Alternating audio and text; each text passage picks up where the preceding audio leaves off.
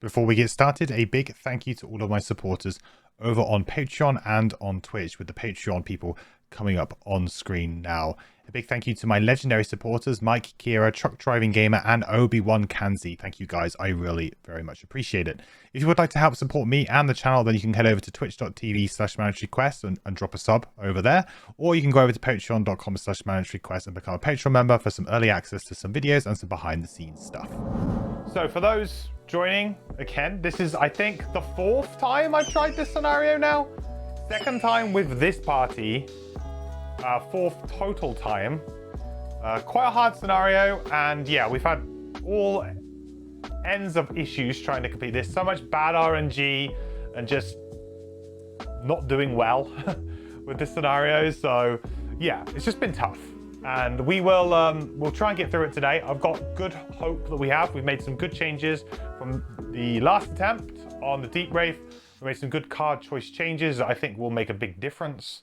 So hopefully now we've got everything that we need. But this is a straight restart scenario, so we didn't collect any of the resources that we earned. We did earn a bit of XP, but importantly, we don't do a road event because we are just basically hitting restart scenario and trying again. We're not going back to town and doing an outpost event. We're just going straight up again and trying it. 3rd time's a charm, 4th time's when you cheat. Yeah, yes. We will be, I am resolved that we will be winning today. We will be winning today. It's just whether or not the game is going to allow us to win. If the game is going to allow us to win fairly or not. But I feel like we are going to win.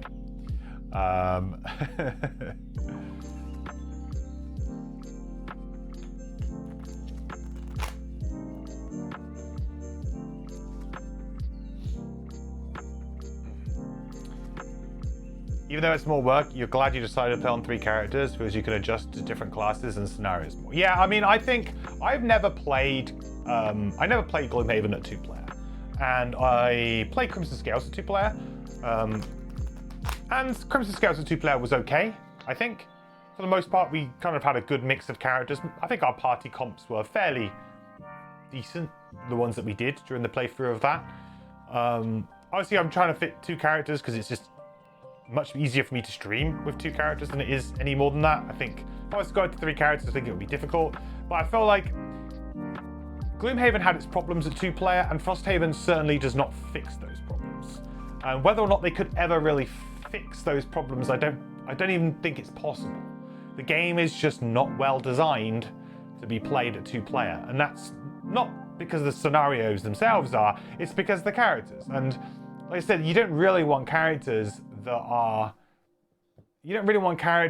they don't, you know, they maybe don't go really creative with because they're worried that, oh yeah, well, this class wouldn't work well if someone was playing 2-player. There's always going to be a little bit of that, I think, with Gloomhaven and Frosthaven, that the system. There's always going to be a case of, well, this character doesn't really play very nice with this one. Do they have some anti-synergy? Or, hey, if you're going to play 2-player, you're going to be missing out on certain aspects of the game or elements or tools in your toolbox, if you like, because, you know, unless we kind of create these jack of all trades style characters all the time, it's gonna be, yeah, you're not gonna get that. So in order to create specialized characters, well, there's gonna have to be gaps, and unfortunately at 2-player, that's where the gaps really come out, or 2 mercenaries is where it really comes out. So, and I don't feel like they're ever going to be able to fix that problem. It's just, it is what it is. And yeah, it's a bit frustrating for me because I could, and you know, a lot of people have asked me, would you play with 3 or consider playing with 3? I have thought about it, but main considerations are table space for me. Being able to get through a scenario and stream it for you guys in a single evening is important for me.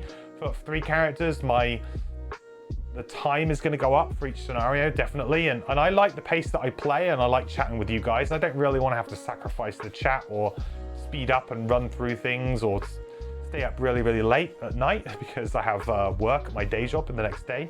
So, you know, that's a consideration.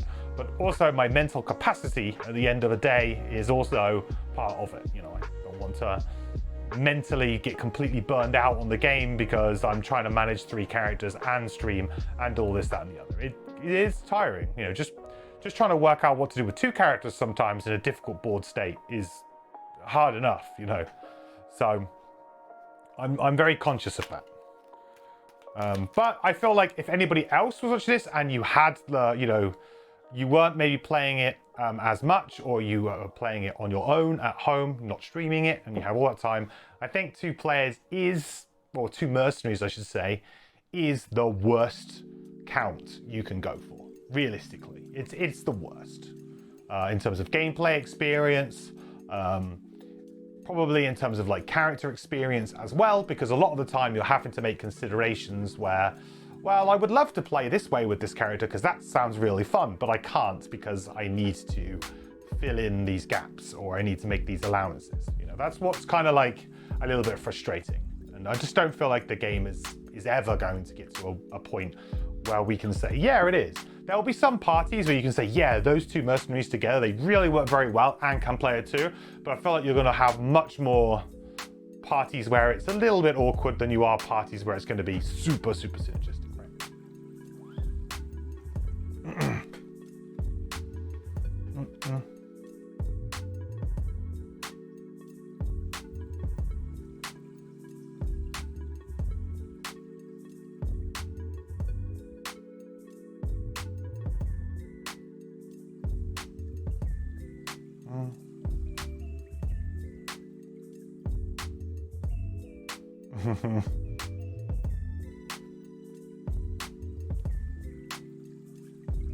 Yeah, multi-managing characters significantly more in Frosthaven than, say, Gloomhaven.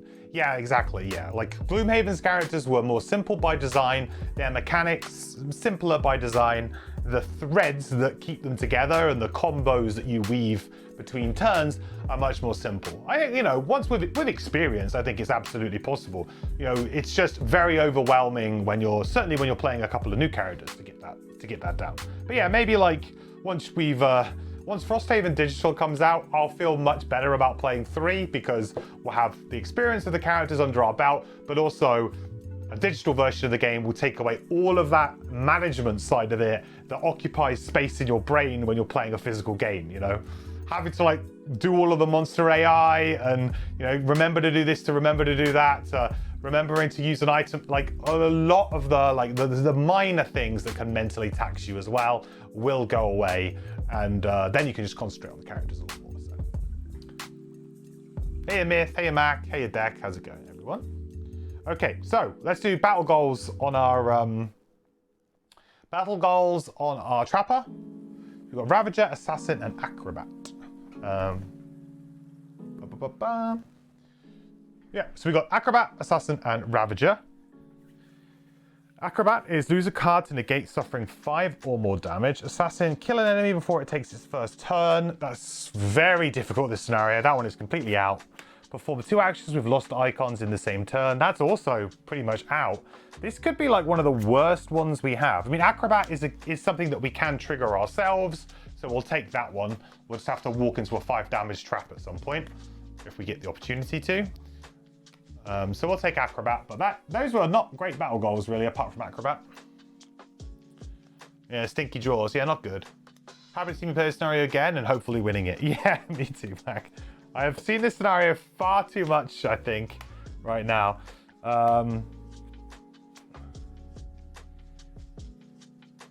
There's not many scenarios that I can say that I've played more than, like, I've failed more than, like, twice, really.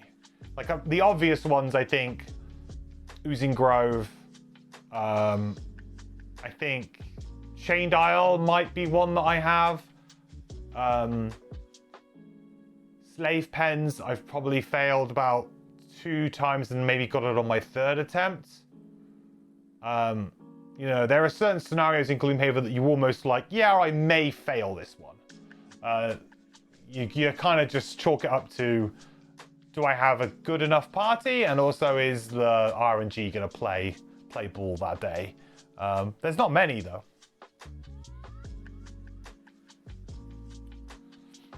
The only scenarios you truly not liked so far in Frosthaven was number 13, because Shrike Fiends exist. Yeah, Shrike Fiends can really just not exist. That would be perfect. Thank you. They are definitely my most hated enemy so far. And not in a good way as well. Not in like a Shrike Fiends. Like in a I really despise a scenario that has Shrike Fiends in it.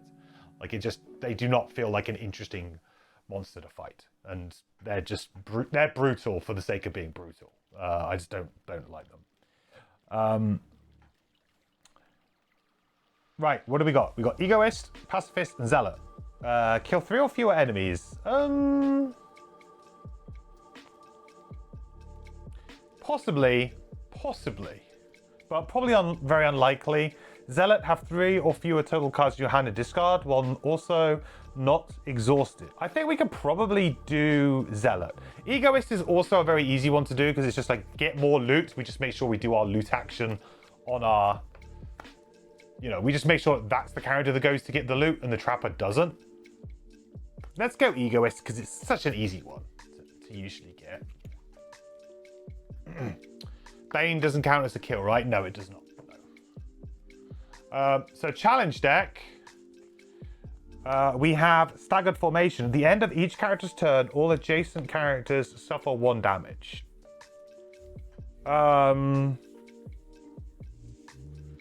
Okay. Interesting. So we basically just can't end our turn next to each other?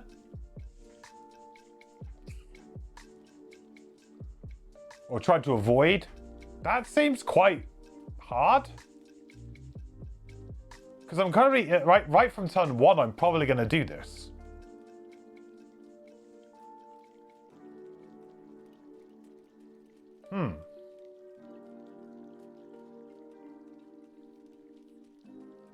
Yeah, I don't know about this. This seems... That seems pretty hard. I might just discard this. I mean, for me personally, at this point in time, we're trying to beat this scenario. I'm not going to put some kind of challenge in. We failed it already enough times. I'm going to discard the challenge and we'll just not play with a challenge. I just don't feel like it's worth it. Do the enemies have push or pull? It's a good question. None of these guys do, but I can't remember if the Ice Speaker does. I don't think so. I don't think there was any push or pull.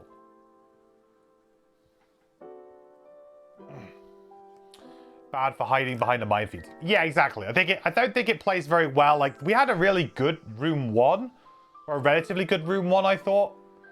Last time we tried this, and that involved us hiding behind traps together for a long period of time. So, yeah, I don't feel like that's going to work very well. And we failed last time, so let's not, make it harder for ourselves. Okay. All right, let's begin then, shall we? Let's begin. We lost our thing. We have lost our thing. Knew that was going to happen as soon as I moved it.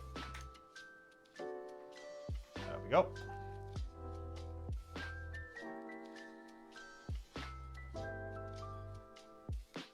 Okay. So on the first turn, I think we know we want to go with Caltrops. We just want to kind of trap up, if you like.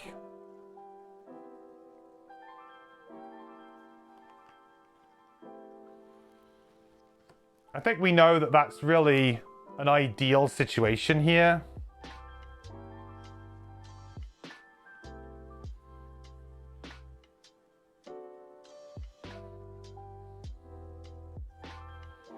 So we'll go 25 on the Trapper. Hopefully this is going to be good enough. I think we can maybe go a little bit earlier than that, actually. If we put in... yeah, we could put in a heal trap instead of a bless trap, maybe.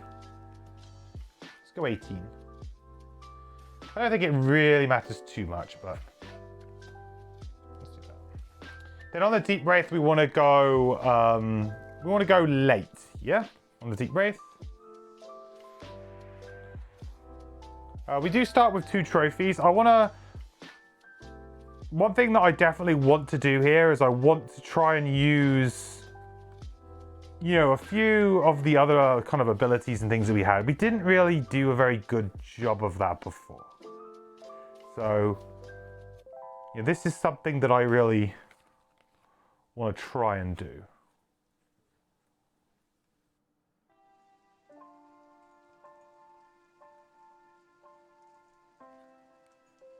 So what's their shield? So for those who don't know about the scenario conditions, I'm sure you do, we've got to try and kill the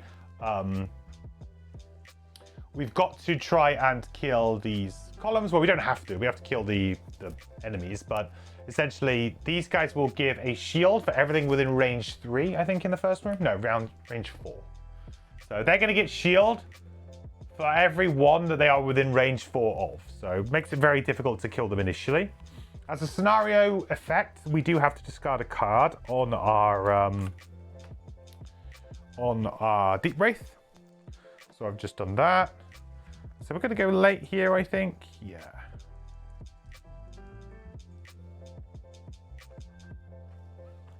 Do I want to do that? Seems pretty reasonable to me.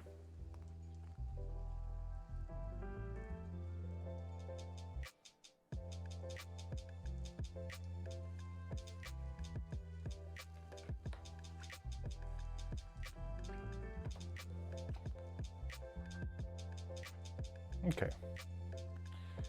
Well, let's see how we do. Right, what are the standee numbers? I didn't put them in. 4 and 6.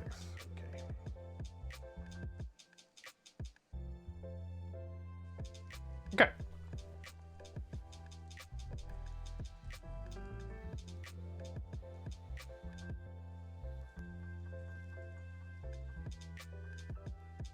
So then, priest first.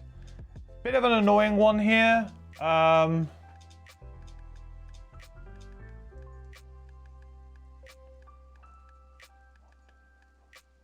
I don't think it's going to matter too much. It's going to move just forward 1. And we'll attack the trapper for 2 with a mobilize 3. Range 3, sorry. So just 2 with a mobilize. Off to a great start already. We'll lose half of our health on the first turn of the game. That seems pretty fair. Although saying that, shouldn't I have an extra health, I think? Yeah. I should have an extra health on the Deep Wraith, which I didn't put in, I think.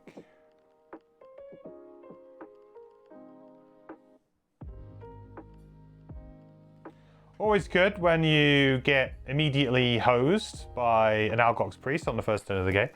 Feels good. Right, caltrops. So we'll create 2 1 damage traps.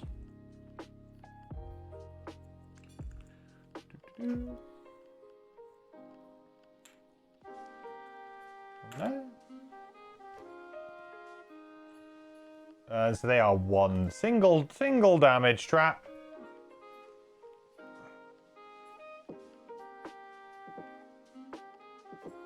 Put it there. And then we will do this, which is to create 1 heal 2 trap in an adjacent. So it's going to heal 2. So hopefully we can get that health back that we just lost. So that will go there. We get an XP for the caltrops. Okay. Let's trappers go. So the guard is going to have to go all the way around the long way, which is the plan. 1, 2. We can go that way. Get strengthen.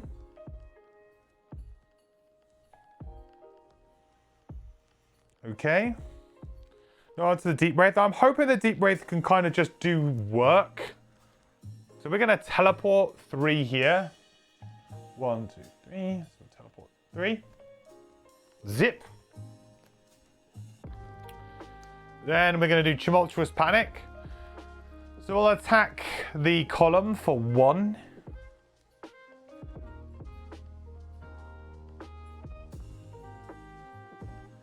Nope, nothing. Then we'll move to... I'll probably just move to here, I think. And then we'll attack again for 2.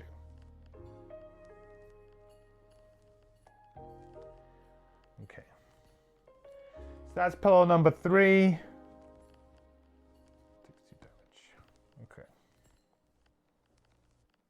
So it would have been nice to get that just to dead on the first turn. Would have been great. Oh well, sometimes things just don't go your way, and in this scenario, that always seems to be the case for me. Has to be said. Okay. Next round. So this round, there's a good chance he can get within range, right? I think their movement is 2 or 3. Yeah, his average movement is 3. I could probably move around a little bit.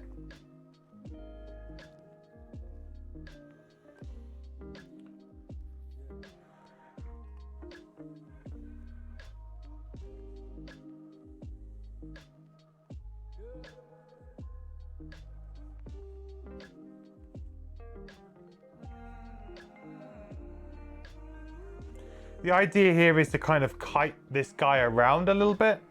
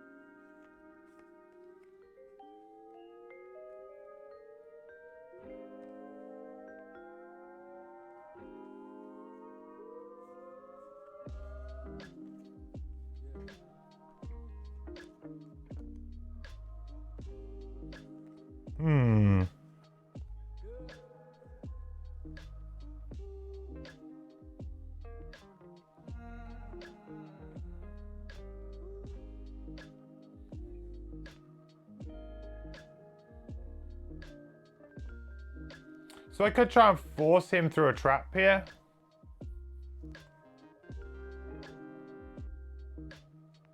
Yeah, I've got quite a nice turn, but it's a bit kind of like initiative. I mean, I don't know. I'd risk it for a biscuit. It's a bit of fun, huh? I'm trying to like really get combos going on the trapper. I feel like I've got a really nice combo here, but I have to go on 47 initiative. So the idea here would be to replace one adjacent trap with a 5 damage wound trap, and then use Spike Pit to relocate the 2 traps to block him in essentially. So he has to go through one of the traps, and we will, he'll go through the 5 damage wound trap. So that's the idea, but of course that is a little bit initiative dependent. We do have boots, so we can go 37. I also don't want to be tied or go earlier than the Deep Wraith here, because I'd rather the Deep Wraith take a hit from the priest if needed.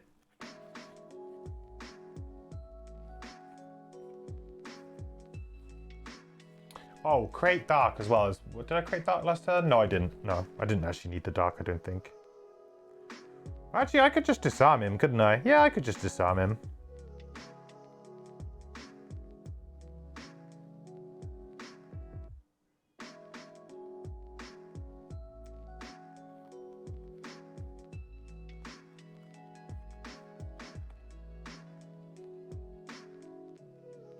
Yeah, we could just do like a basic attack onto the onto this column to hopefully kill it. I like that. Okay. Well, the Algox card's not doing anything. That's good for us. He loses that strengthen, nothing happens, so that's pretty good. That gives us a lot of time to like readjust here. Very good. Hey, Pelican. So we will move to... And we will spend a trophy here to disarm the priest.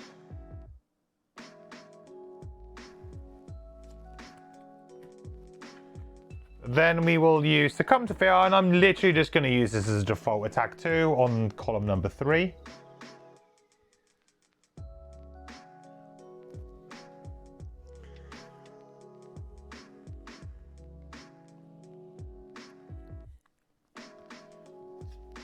Alright, nothing happens. 13 months. Hope you don't have triskaidekaphobia. No, I'm not scared of the number 13. Although it's sometimes slightly suspicious. Although, this scenario what's scenario 10? Alright, I don't like the number 10, apparently. Apparently the number 10 is a problem for me. Because all that seems to happen is that I draw bad cards on this scenario whenever I don't want to draw them.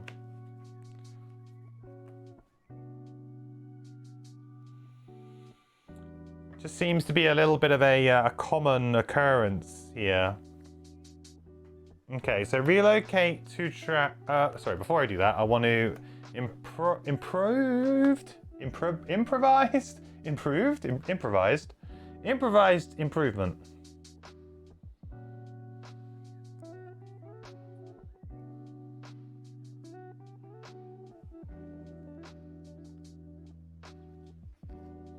And a wound, right? Oh, wound. Where's the wound tokens? Here.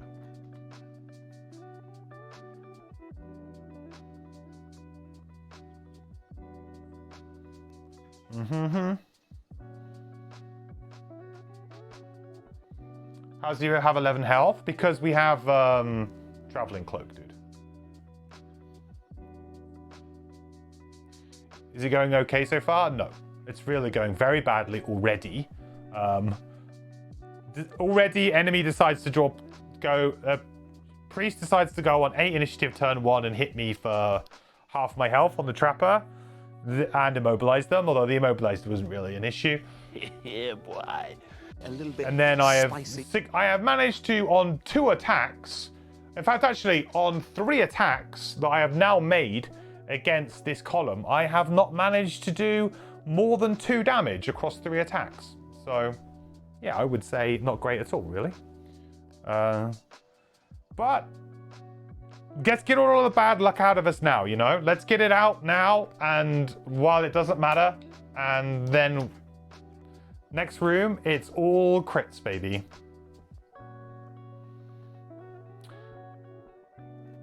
I don't know. I'm just doing it from the app. He's level 2. Oh, so maybe the +1 was already applied. Sorry, the +1 was already applied. Okay, good catch. It must have remembered it from last time.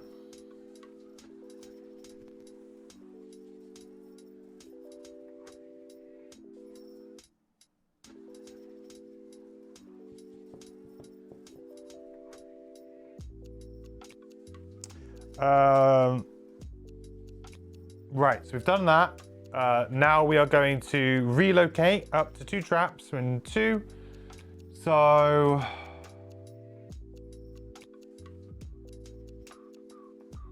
the idea here is I want to bring this one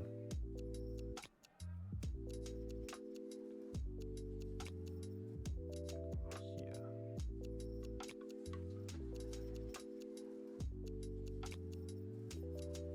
Okay. Here we go.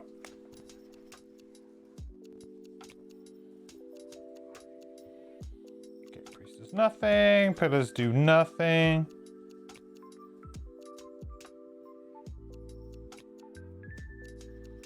Okay. How's the new pie treat me, Phantom? Quite honestly, not brilliant, I would say.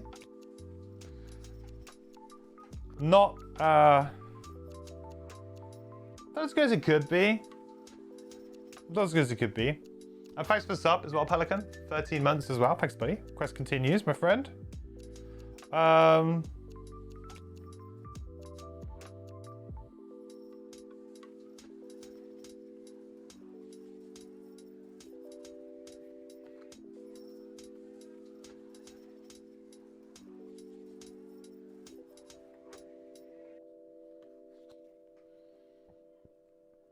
Okay.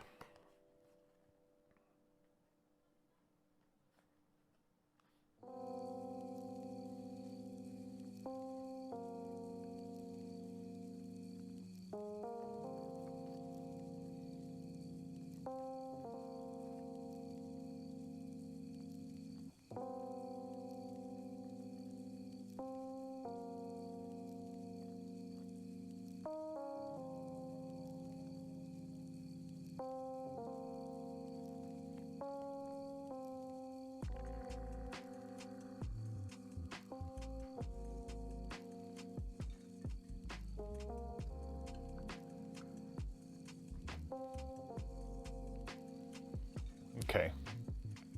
Right, I think we let this guy just run through this trap. We don't really do anything more there. Don't think we really need to do anything more, right?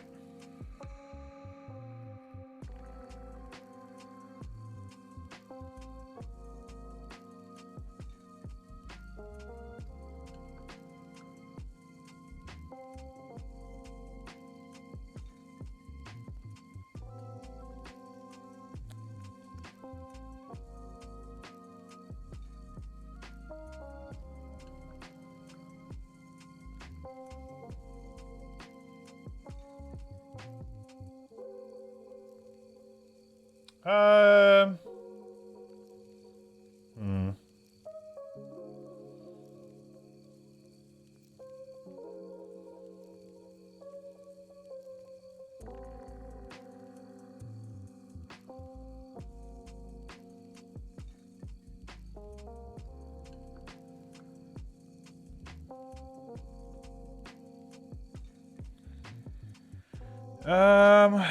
How to do this?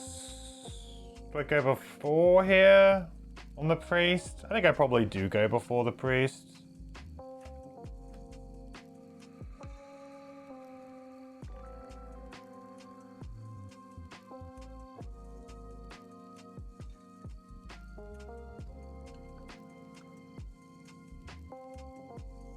Okay, so we'll do, I think I probably just want to stay where I am. I'm a bit nervous about this guy. 1, 2, 3, 1, 2, 3. I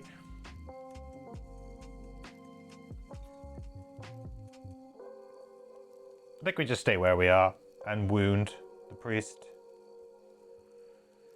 And then we attack with 14 brutality. We just attack for 3 on the column.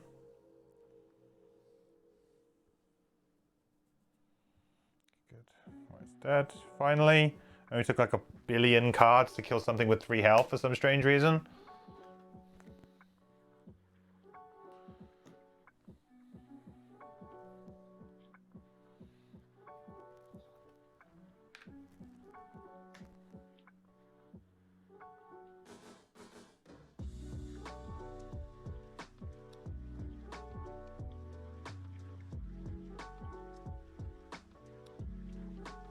Oh, was my script not on? I realized I probably turned my script off. Is my script working? Chat? Oh, it should be.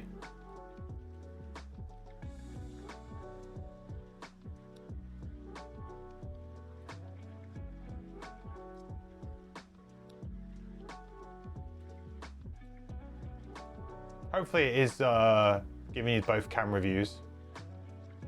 I was having a little bit of problem with my OBS earlier, but on my Stream Deck, but it shouldn't have anything to do with the script. The script should just be working. Hopefully you're still getting the sideways view as well.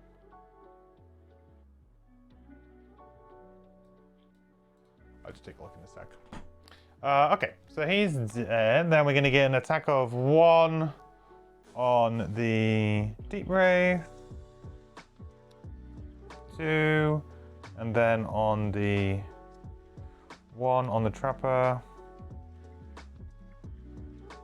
And of course, just chuck a curse in because we know that will come up at a very important juncture, probably a little bit later.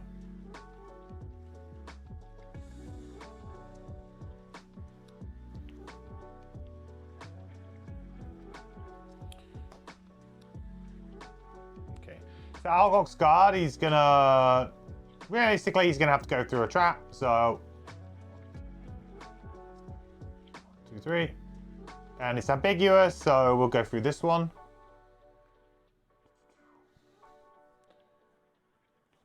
Blam. So that's 5 damage. And wound. 1, 2, 3. On the Deep Wraith. Nice. It is very nice, except for the fact that at this point in time, we should have them within range to just kill them. But because we spent so long trying to kill this column... Wow. Okay, well that's nice. Get a miss there. We'll take that. We'll take that. All right, chapter time. So I was just going to use unavoidable outcome here to attack this guy for 2. And then we're going to spring the trap, which will do 1 damage. So attacking Ice Pillar 1 for 2.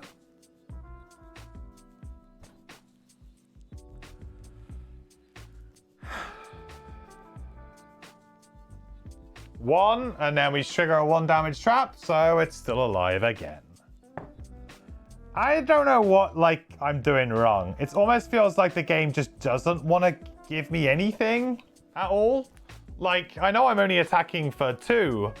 And yeah, I'm level 2, so -1s can happen. Of course they can, but I just feel like every time I get them, like, I feel very front-loaded. The scenario is absolutely against me. It's like, I don't know. Like, I am level 2, right? So I do have a very bad attack modifier deck. But it just feels like, to me, I am drawing the worst possible card on the worst possible time every time. That's what it feels like to me. I'm just going to move 2 through this positive trap to heal myself for 2. That's all I can really do there. It's just feels unbelievable. Always 1. Yeah, it feels like I'm always drawing the -1 or the -2 on the key attacks against the pillars, you know? Where if I draw that just 0 or +1, +2, like if I draw anything except for the -1 or the -2 or the miss, like at this juncture, I would be killing it. And that, like, the difference between killing an ice pillar a turn earlier than another turn is massive. It just feels so huge. You know, now I have to like waste a turn just doing something else, you know? It just feels horrible. Like, I don't want to do that. Okay.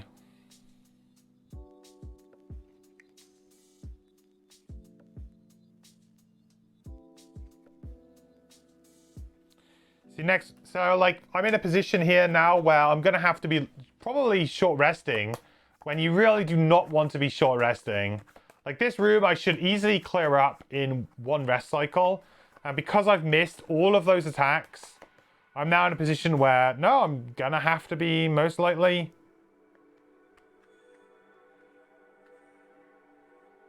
Most likely I am going to be having to short rest. It's not good.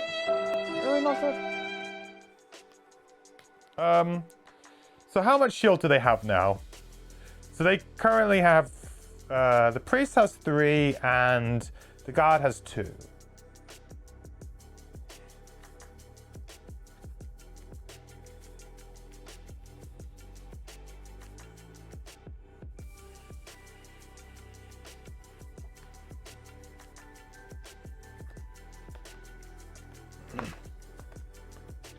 First 2 times you played Gloomhaven, this is what happened to you, and it wasn't until you found my videos on YouTube that I had a successful start and fell in love with the game. Yeah, it's like, Gloomhaven, if this is like everyone's first experience of the game, I can absolutely see why people would be just massively turned off by it. Like, you know, where you feel like you've got a pretty good idea of how to win, and you're like, yeah, I've got a kind of a strategy.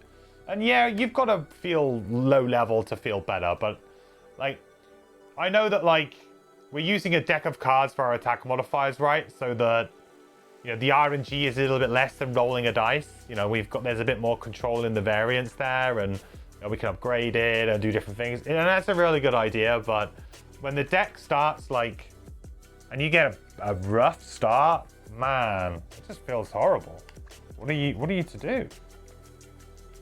Now I've got 2 enemies up.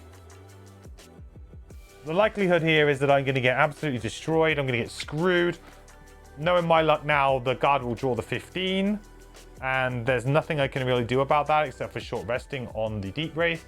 It's not really what I want to do at this point in time. But if he draws the 15, that will hose me again.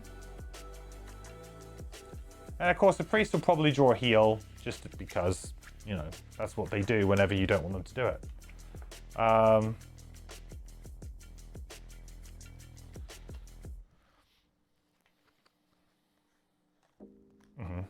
I mean, I'll do what I can here, but I do not feel good about this.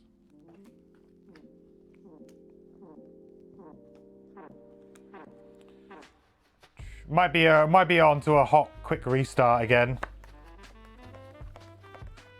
Yeah, that's okay, I guess. Except for the fact that the priest is attacking again and the guard is attacking again.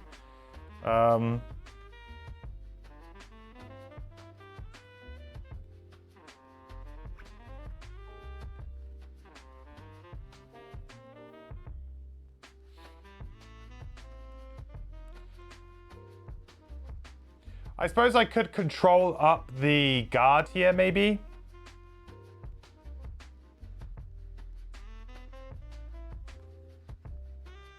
Instead of doing what I could just control up the guard.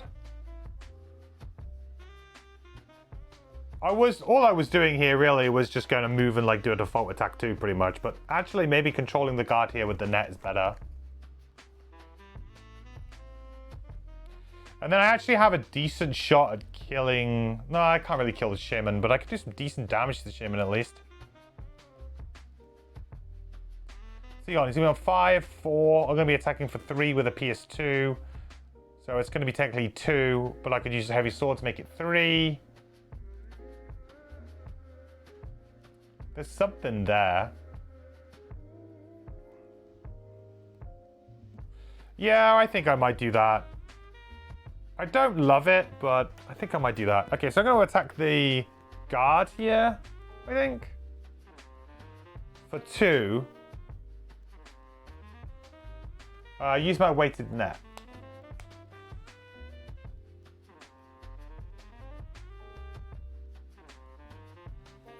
Yeah, so 2, no, he's got shield 2, so nothing happens. But we get the pull 2, which is what we wanted.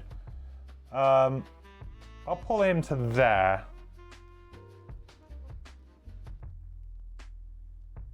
Here with his immobilize. Because with the optional pull rules now, we can pull up to or up to. So that's what we'll do. We'll pull up to there. Do I have the attacks to everyone around? No, we got rid of that card, funnily enough, because it just didn't feel good enough. We opted to come for to use the attack 3s instead, like the attack 3 single target versus the attack 2 everything, because it felt like for the most part I'm just trying to attack one thing. Sometimes more than one thing, but a lot of the time just one thing. So I'd rather have that just +1 damage, but funnily enough, it doesn't matter when you draw -1s. And then I can move 4 with a jump. I don't think I really need to. I just need to maybe get up there. I'm going to use my stamina potion to get another card back here.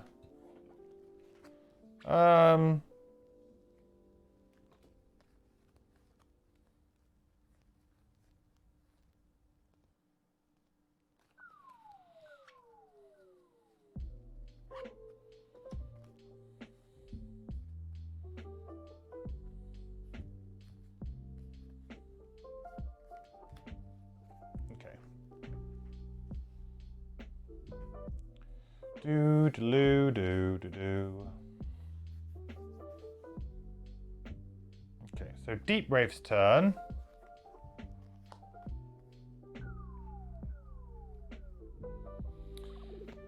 You know, what do I do? Do I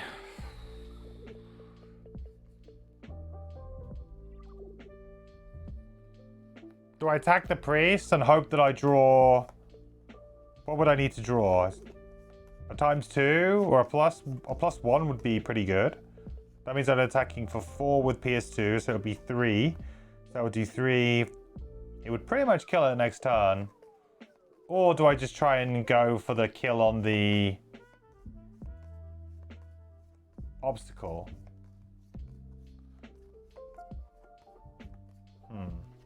Gonna have to short rest next turn anyway. Or long rest, I suppose. I might be able to get away with a long rest. I also have the heavy sword, so I could actually... The heavy sword with Hollow Aura seems quite good, actually. Yeah, I think I'm going to go for it. Okay, so we'll just do a default move 2 as our first action. Then we'll use Hollow Aura, and we'll use the heavy sword here. So we'll attack for 3, 4 with the sword on this guy. 4. 3.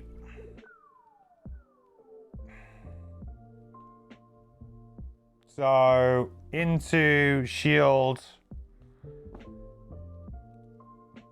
3 with PS2, so I do 2. Seems good. Ooh, seems good. Might have to short rest next turn. Probably will.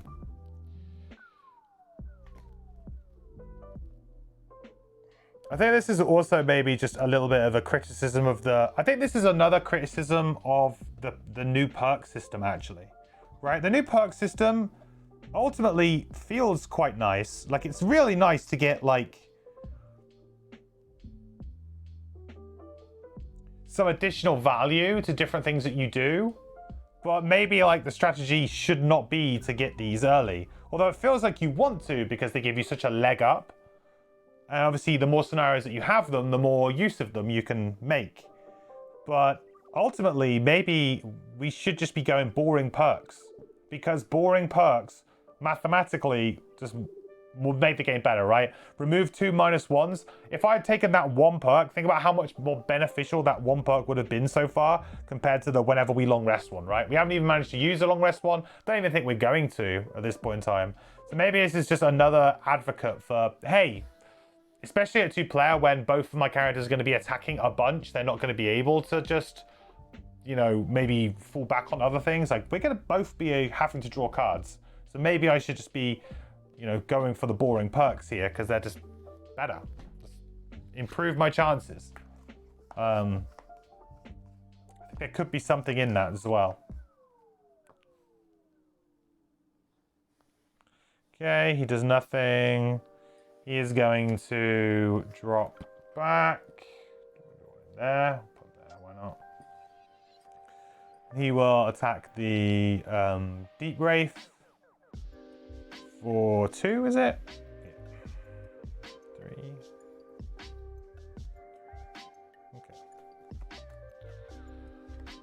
Okay. Next go.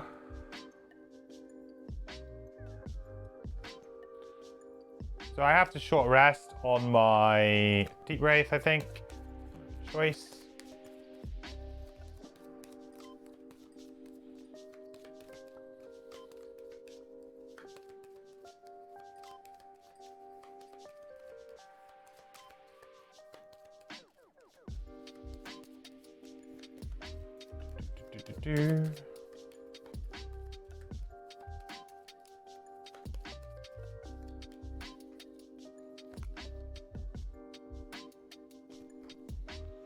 Sure.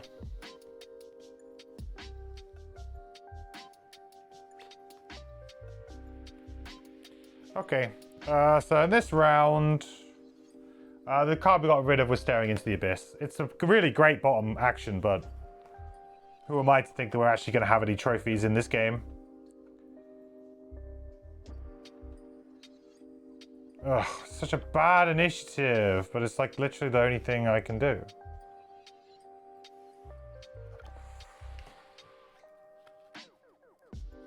Right, what do we got? We got 1 health. We only need to do 1 damage to the priest to kill that off. The guard's not doing too much either. I guess maybe I should have redone that because actually having that would have been better. Yeah, okay. I actually think I might need that to disarm something this round, maybe. Yeah, no, I think I do actually need Staring into the Abyss, so we'll do another. We'll lose a different card on our short rest.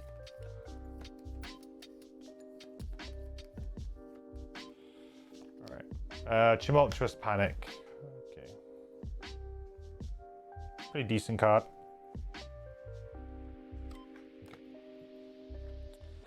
All right, then.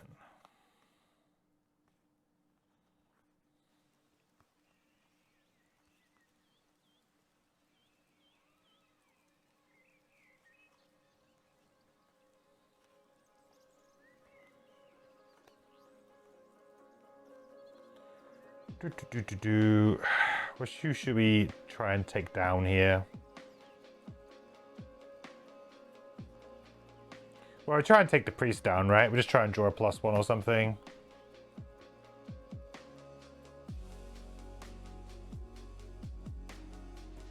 Okay, well, that's a little bit of luck. Algor's Guard doing nothing. We'll take that. That actually worked out really well. So Deep Wraith time. We'll spend our last trophy. We're going to go One, two. I'll just go up here. Makes it a bit easy. Actually, no, sorry. I do want to go there because I want to disarm the guard. Disarm him up.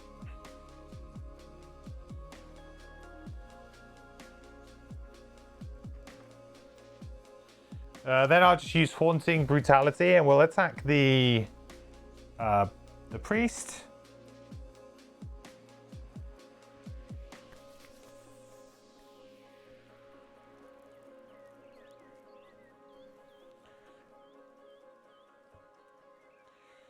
No damage.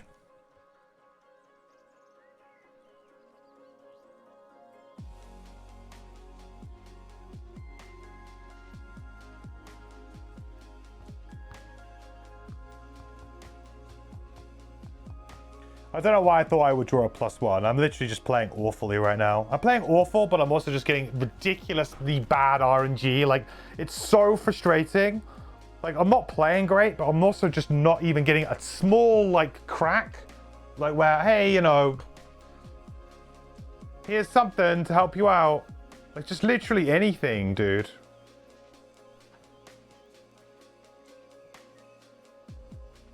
I'm restarting the scenario. I don't care. I'm restarting the scenario. While we have time to do it, I'm restarting. This scenario is actually awful. Like, it is so awful. Like, I don't even want the XP. I don't deserve it. I don't want it. I'm not gonna, like, hang on and just, like, hope that, oh, the luck changed around again. No. It's not happening.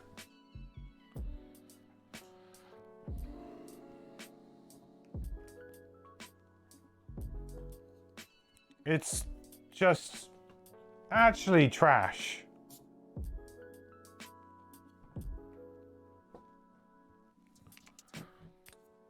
Give me a challenge, beat this scenario. I don't know about that. Don't think it's possible. Actually don't think it's possible.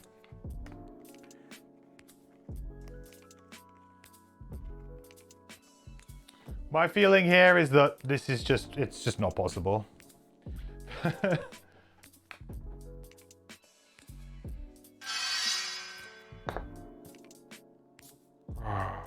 on.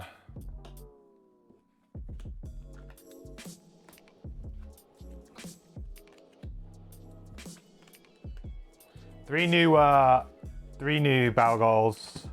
Not even going to shuffle them. I want different ones.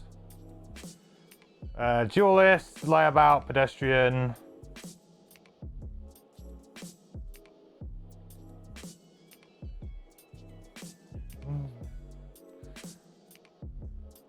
I mean, maybe.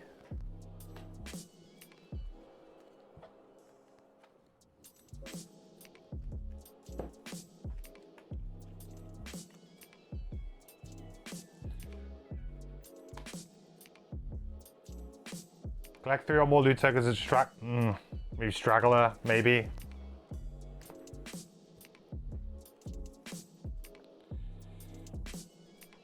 During ordering of initiative each round, initiative is ordered from highest to lowest. No. Well, actually, having said that, no. No, it's just too much to think about. Interesting challenge though, but that's just too much to think about. Okay. Start again. We know exactly what we want to do for the first couple of turns, so we'll just do it.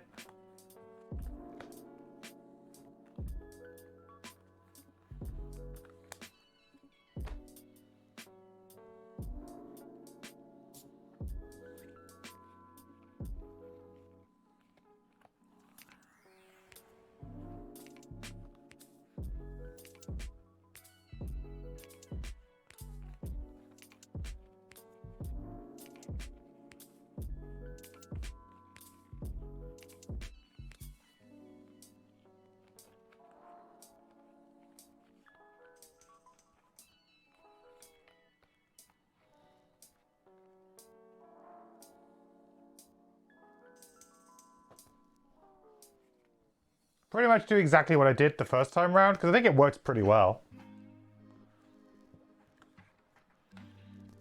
Okay. Caltrops.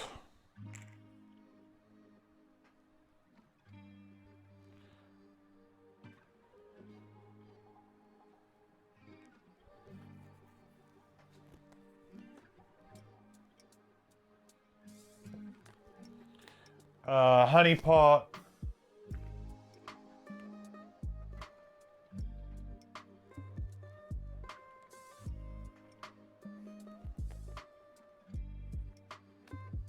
Okay.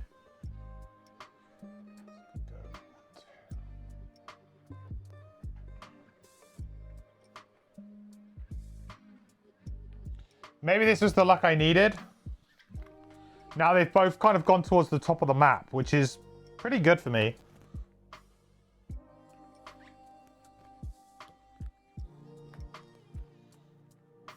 So we'll attack this for 1, 2, and then move up to 2.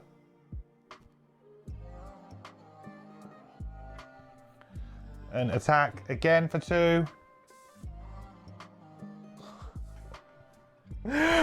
Oh my god, dude. Like, what is this fucking game? Are you, like, what is this? What honestly is this game? Like, I don't even know anymore, man. I don't get it. How can I do 2 attacks and always average out at 2? Like, every time across those attacks. I have never hit 3 as my average. I've always gone under average. Like, I don't...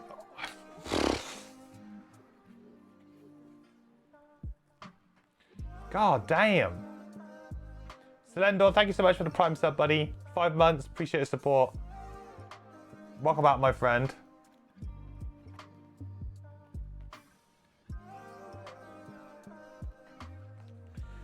Guess this one is my nemesis. I don't feel like this scenario is my nemesis. I feel like whatever this RNG is my nemesis right now. Like, I don't get it. I'm flabbergasted by it. Like, the number of times I've drawn -2s and 1s on attacks when I literally just need to do nothing. I feel like I'm getting the worst ever, like, new player experience of a level, like, no modified attack modifier deck. I'm getting, like, the very worst experience that you can possibly get. You know, you expect to get relatively bad RNG because, yeah, it's a new thing, but this is like crazy, you know?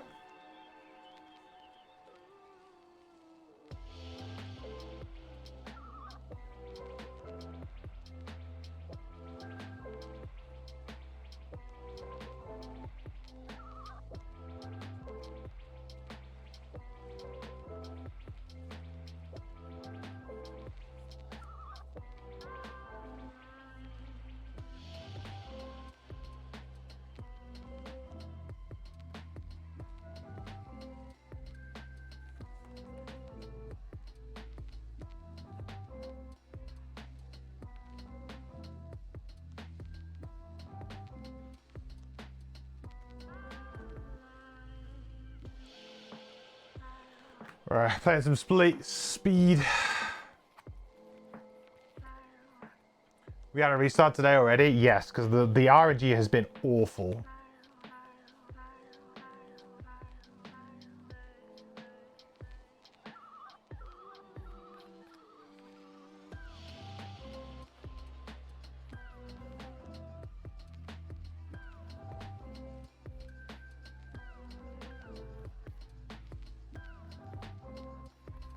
Like, just incredibly bad.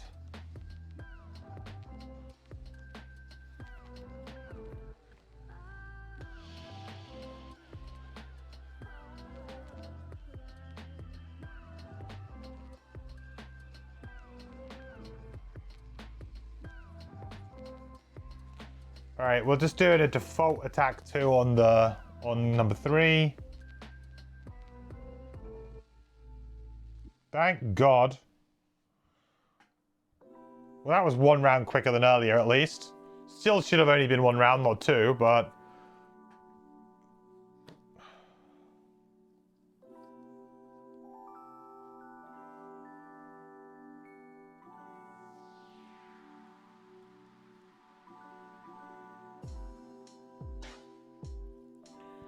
Do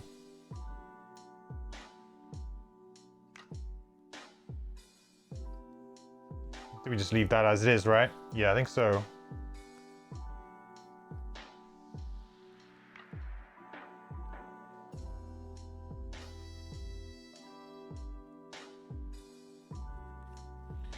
So we'll use dismantle, I think. We're going to destroy one adjacent trap. Move 3.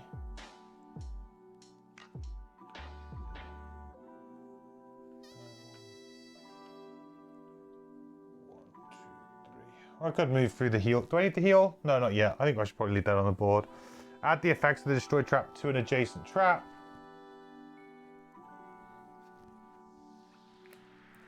Then play Ball Catcher. We'll create one 4 damage trap.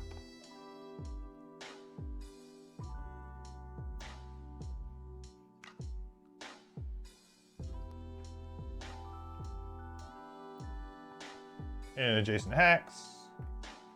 Okay, we'll gain 1 XP.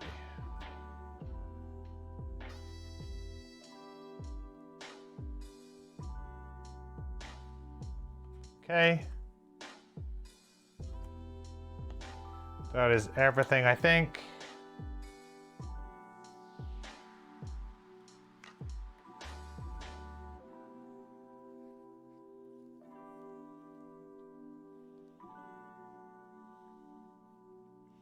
Sure that blast will come back to haunt me.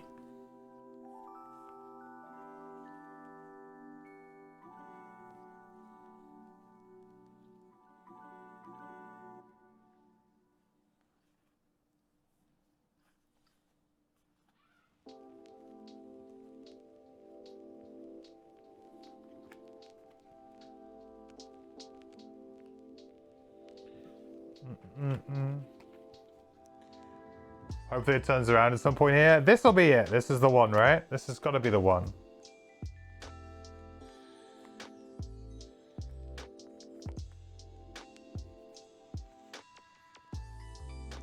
I refuse to believe that there will not be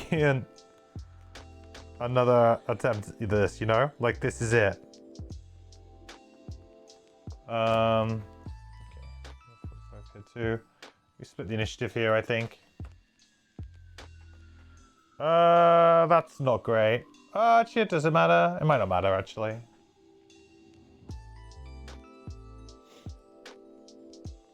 A bit annoying. So who is it going to attack? It's going to attack the...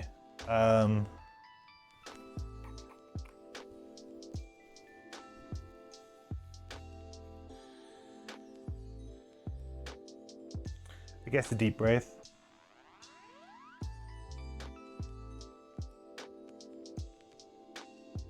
That's nice. 1 damage.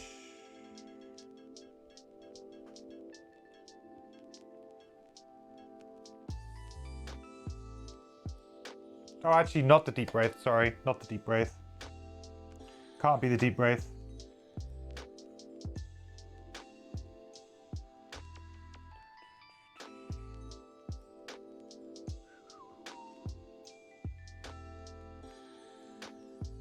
Should have been anyway. The other card would have touched it. Can I add in Cursed Rock? Yeah. That will certainly make things more spicy. Okay, it's actually technically Trapper first, not Deep Wraith. So we'll use Unavoidable Outcome.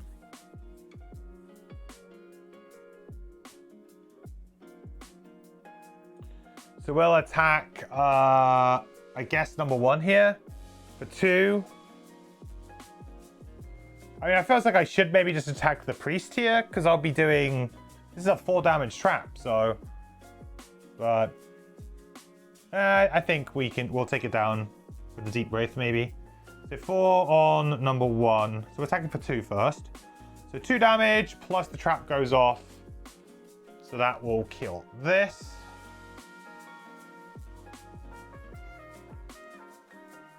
That's how it's like meant to happen. You're meant to just kill it and be like, yay. The ice pillar is dead. Hooray! That's how it's supposed to work.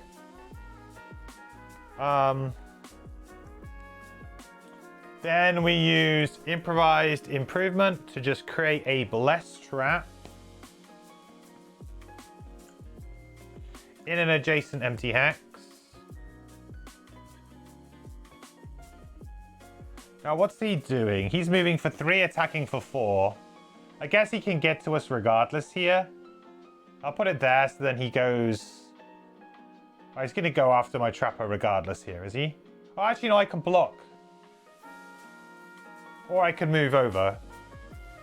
Hang on, let me figure this one out. Where do I want to go with him? I was going to go just move 2, right? Just there.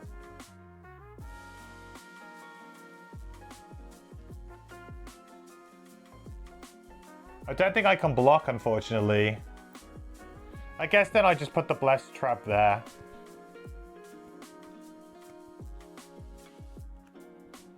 Okay. Alright, so we're going to use this as just a default move 2. 1, 2, I guess. We'll go through the bless. Hooray! That's a bless. See, if I feel like if I can do stuff like this and get the blesses, you know, reliably get like a bit of that going, I think this could work really well. And then we're going to attack for 3 with PS2. So I can do that on... I think I should probably do that on the priest here.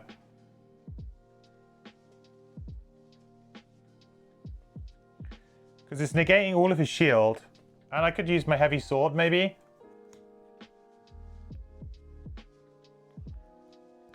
Give me an attack of 4. Make dark. Seems quite good. Let's do that.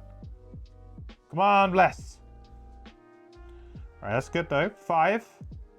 So that's just straight up 5 damage to the priest.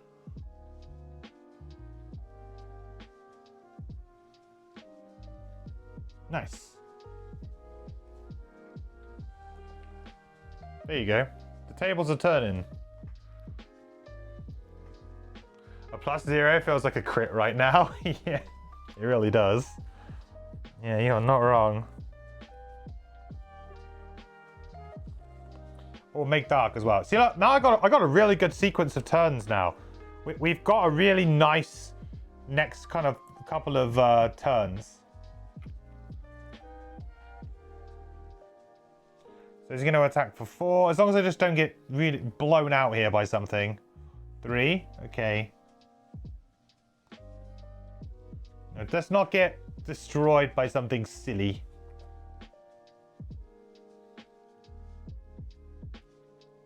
Right, we're doing good. We're doing good.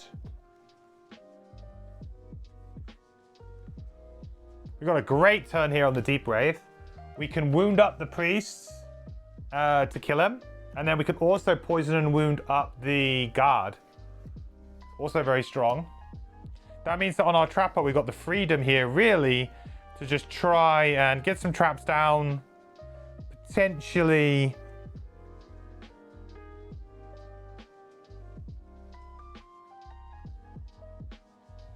set up some damage.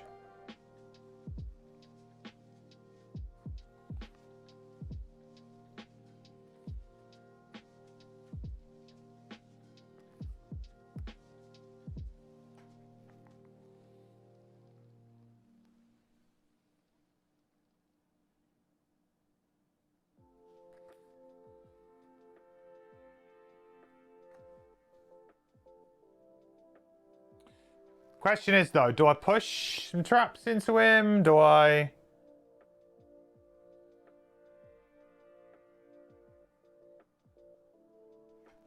What's the health situation? 7 and 10. Not too bad. I could immobilize here, which would be quite good. I feel like that's probably the play. But also maybe not.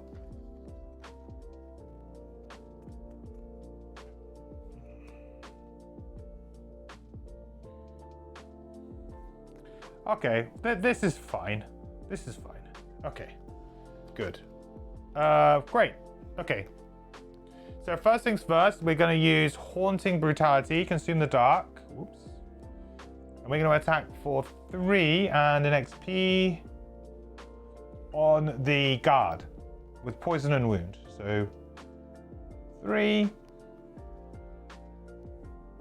Oh my god, it's the first time soon we've seen ages. 6. Shield 1, 5. So 5 damage to the Algog's guard. Oh, wow. I think it's the first time you guys have had to redeem that in a while.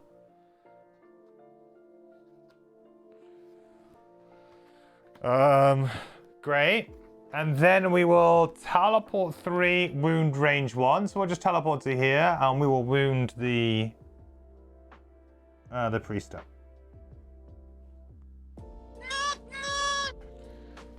And that is our Deep Brave's turn over.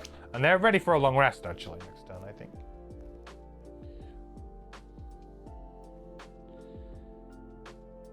So, Priest is dead. Good.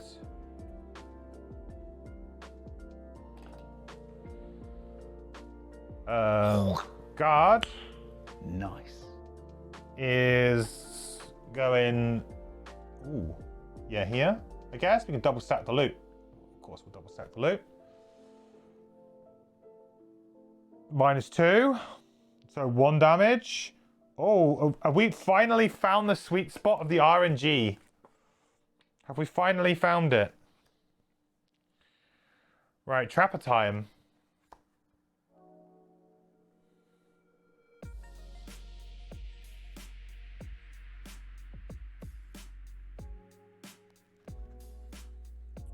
Quite possibly here.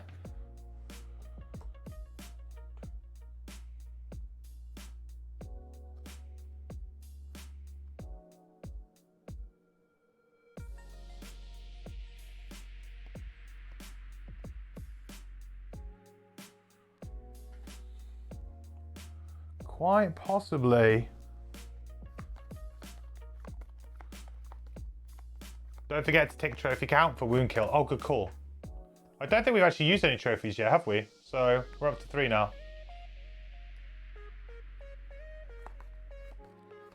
I feel like I should maybe take the auto wound off on this.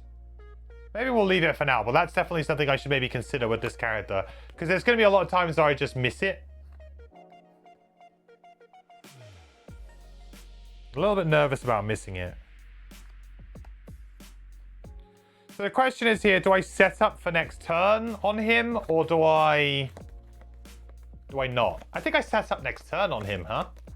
Because I got a really good next turn that will pretty much kill him.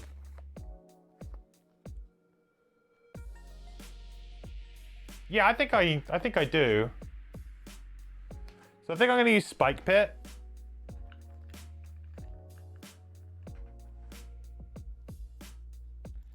Create a 3 damage immobilized trap and gain 1 XP. And this will just be the way that he will die. Sweet experience point. Beautiful. All right.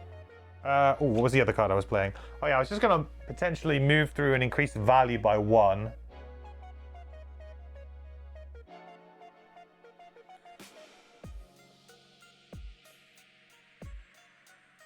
To be honest, I might just stay where I am. 1, 2, 3, and just increase these, just in case.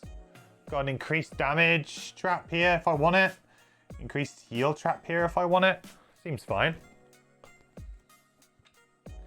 Then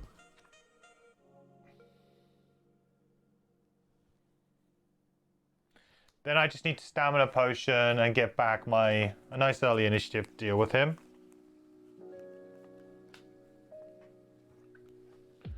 Okay, great.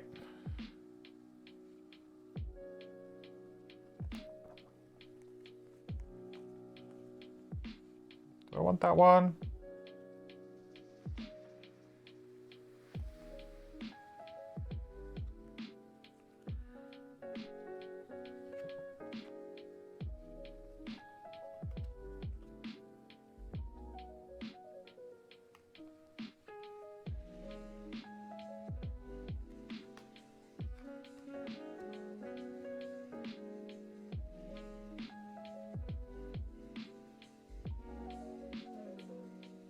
Oh, hang on, I can't. I need this one.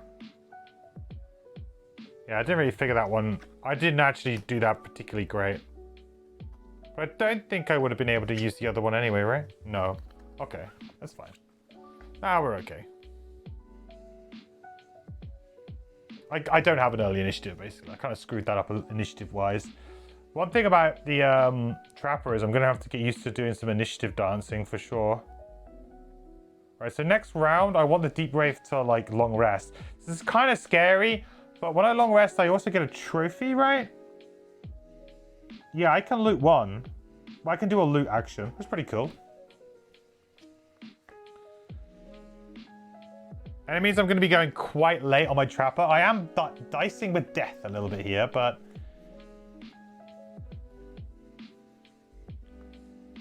probably should have gone a bit earlier.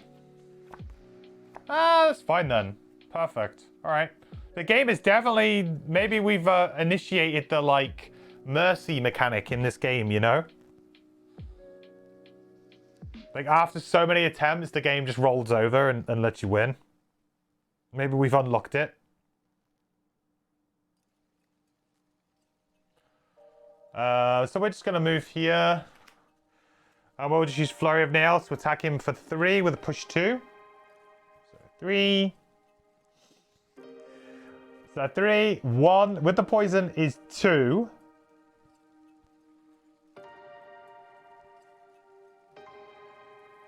With the poison is 2. He has shield 2. So no damage there, but we push him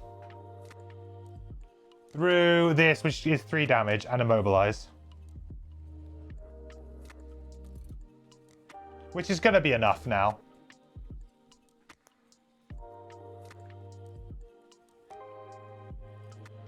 I guess I can just push him to there, as long as I don't interact with him anymore. Right?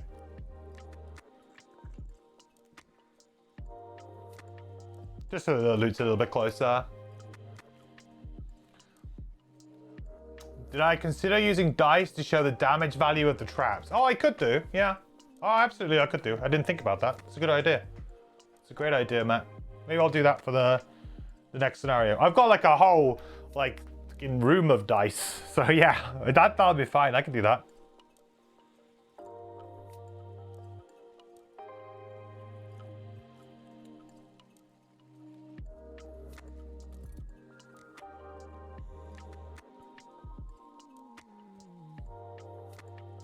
So we're going to heal for 2.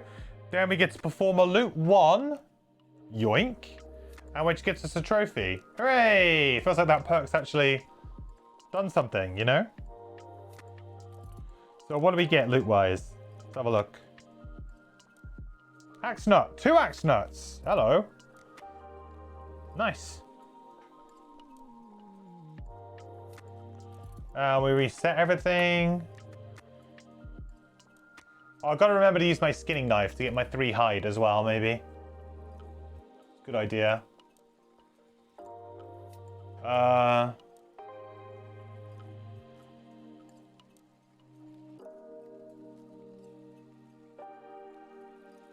Next round. Okay, so we can long rest now on the Trapper, which is really nice. And we can just let this guy kill himself over the next couple of rounds. I need to get rid of a card, don't I? Whoops, didn't get rid of a card.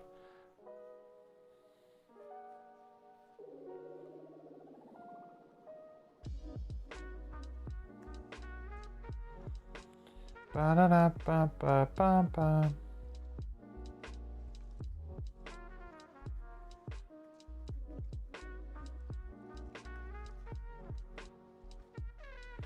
I'm honestly tempted to get rid of Succumb to Fear here because it just doesn't do enough, maybe?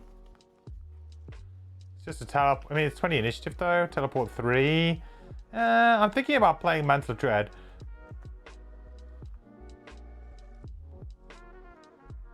Thinking like this turn, I could play Mantle of Dread, which would be really cool.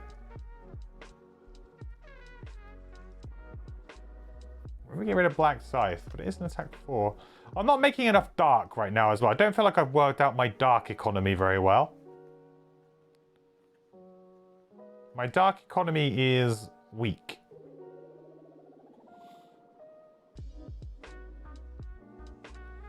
What do you think? Mantle of Dread bottom will give us basically wound on all of the enemies, pretty much the whole time. Which is really quite good. A Newt. Hey, Amaya. But can we get rid of the 20 initiative? I think we probably can get rid of the 20 initiative. I guess the thing is, though, is that Succumb to Fear top could just be very clutch right at the very end. Like, we could just figure out a way of doing it. Like, we get the poison, we get the wound, and then we move in, do the disarm, then we get Succumb to Fear on the top. Like, there is a way, there's a world in which that just kills something. So maybe we should keep it.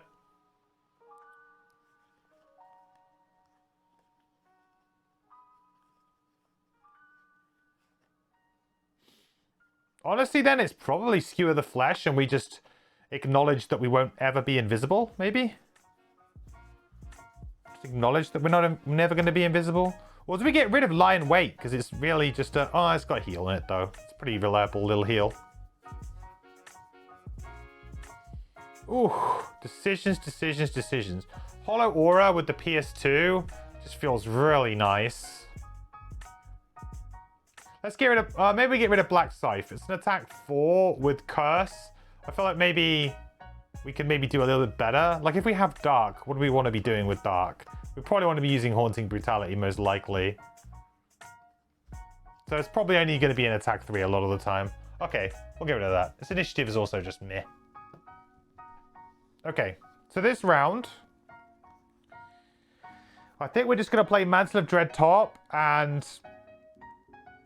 that's about it. Yeah, that's it. I don't think we do anything else.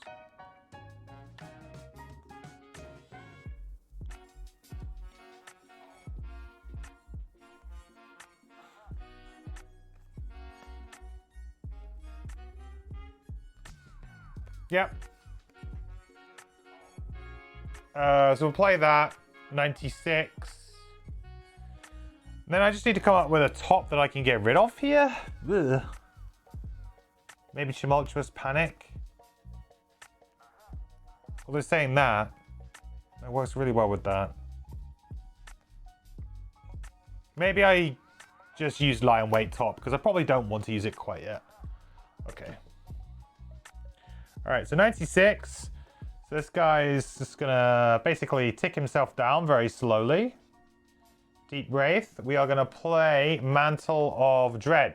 So what Mantle of Dread says is, after each of your move or teleport abilities each turn, give wound or muddle to one adjacent enemy.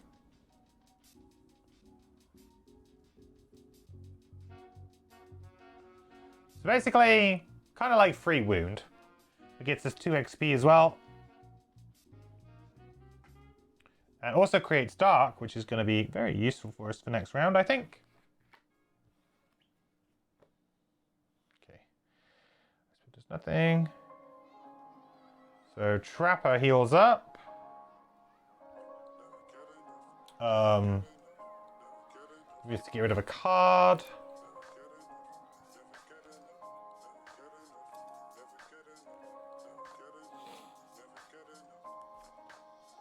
Always a difficult one.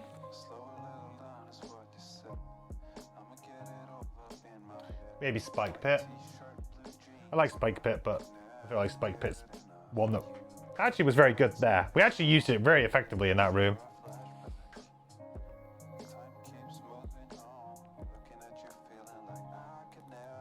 Okay, so for this round, we want to open the doors, but in order to open the doors, we need this guy to die.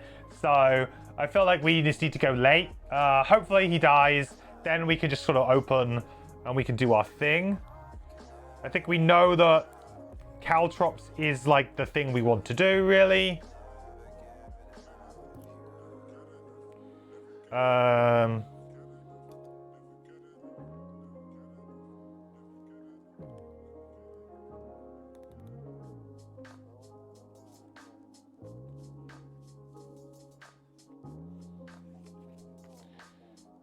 I can't do that. I have to do that really early, though. That sucks.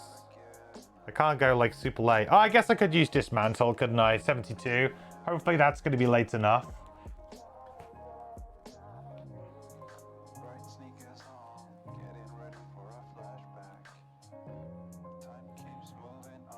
Mm-hmm.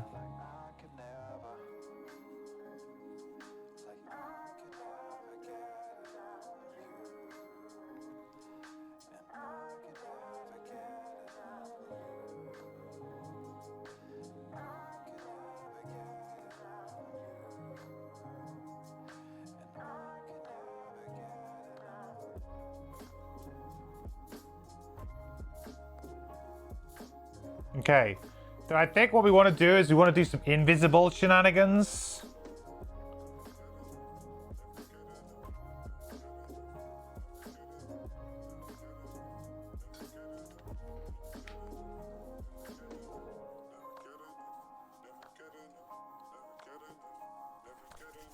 Yay!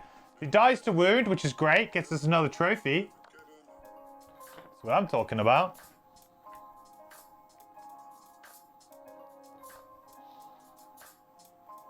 Hey, Dusk. You're only able to watch the VOD last attempts. The question now. The pillars only have range 4. When you're in room 2, you can't go back to room 1 and avoid the retaliate. Makes killing the new ones easier, no? Room 1 disappears when you move to room 2. Yeah, room 1 disappears. Yeah. Yes, that's right.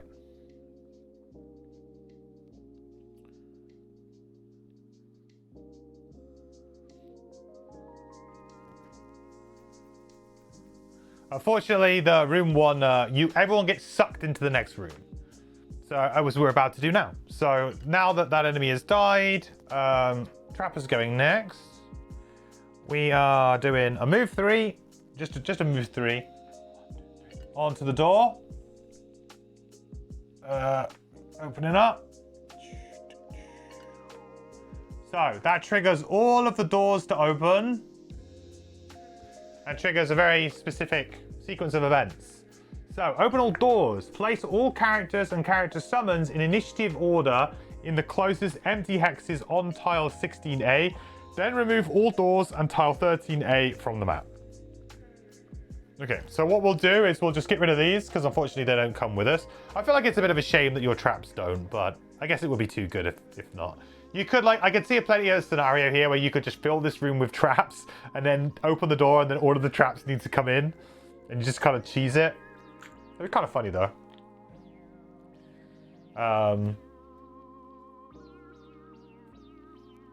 That might be the first time that I didn't kill one of the pillars as well. Maybe legit strat. I mean, I feel like every time I've gone to kill the pillars, maybe I've been a bit too, like, kind of strict on that.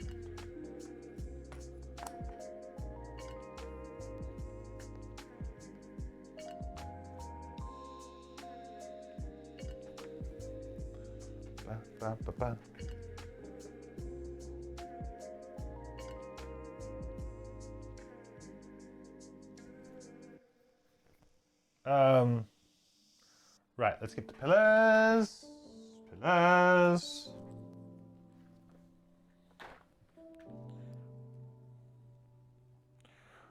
I felt pretty good about going into this room, though. It feels like we've had a pretty good, I'd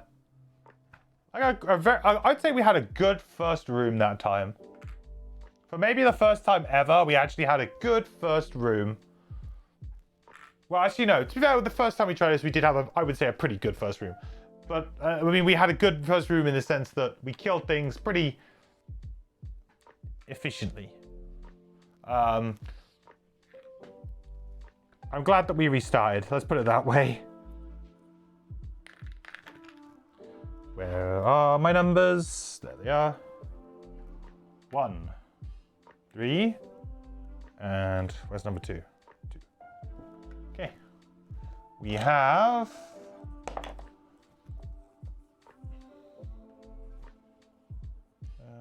there. Base guard down there. Priest here. Priest and Snow Speaker.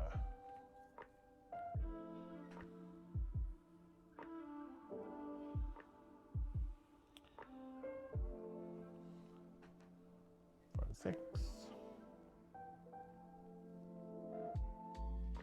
Very cool. 5 and 6. Ice Speaker number 2. Priest number 1.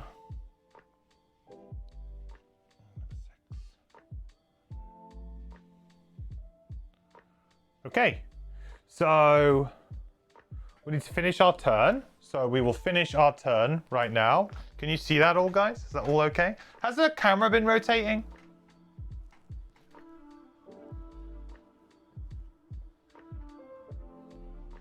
It has? Okay, cool. There you go. Literally just as I said it. Let me just move. Do I need to move that a little bit? There you go. There you go. That's a bit better.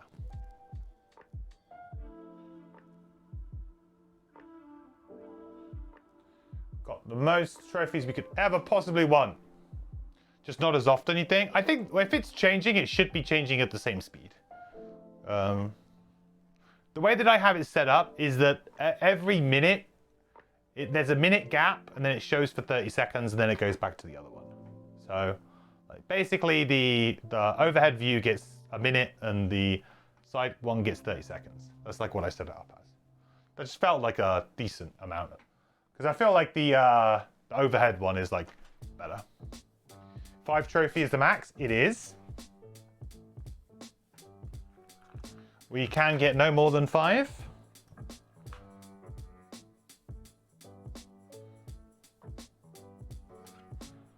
Right, so the next thing we're going to do is we're going to create 2 1-damage traps.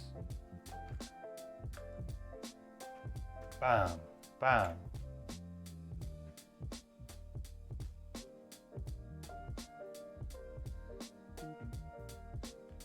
Leave me alone.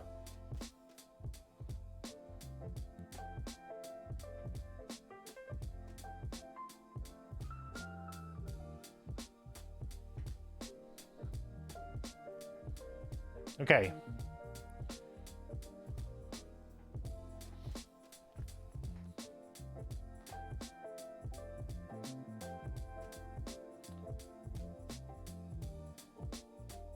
Do you redeem them for fun prizes, or what do they do again? Poison? Yeah, so I'm not playing like the trophy build right now, which would be using Bone Collection to either poison something at range 1, muddle something at range 1, or create dark.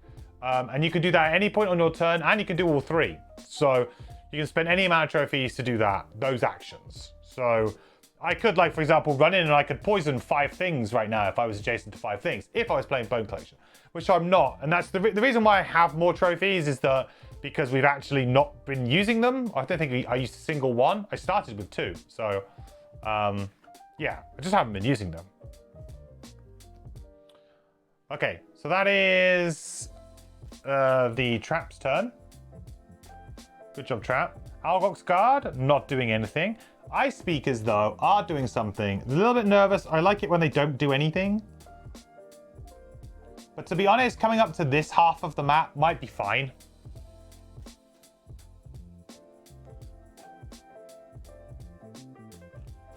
Shield 2 make Earth. Okay. Then the priests are going to move as well.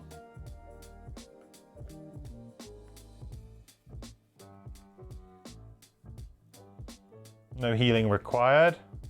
Trapper is gone. So Deep Wraith. This was the Deep Wraith shenanigans. So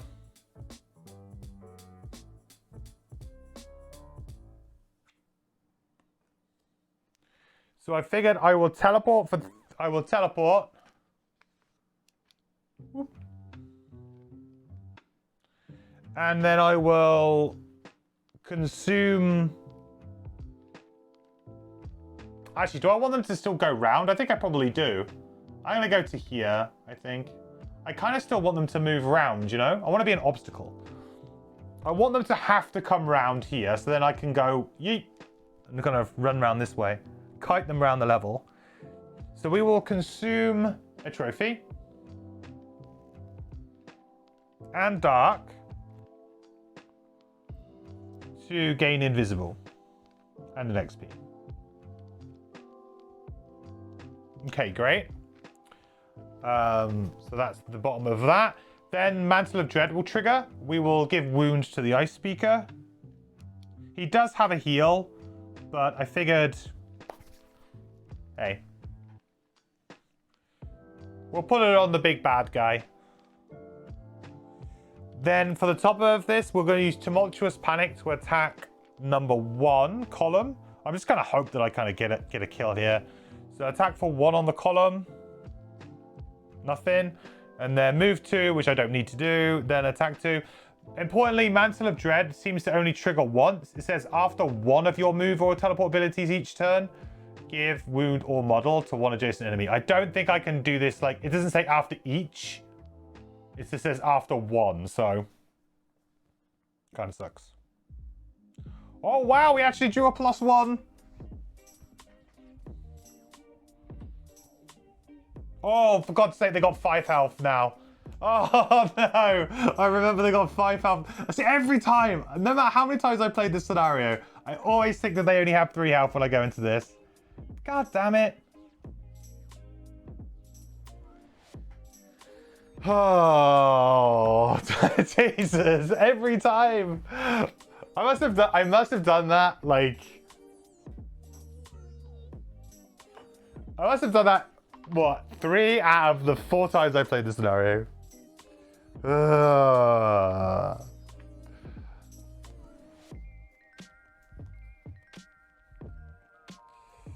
Damn you, game.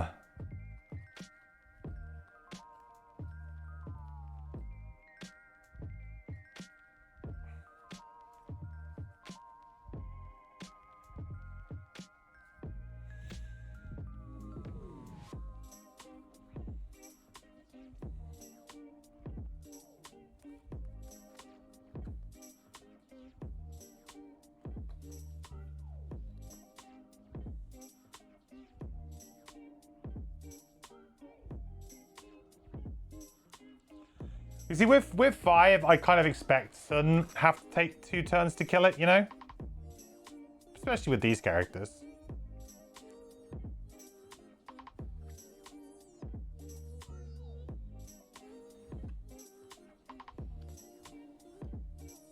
So we'll go super late on the Deep Wraith.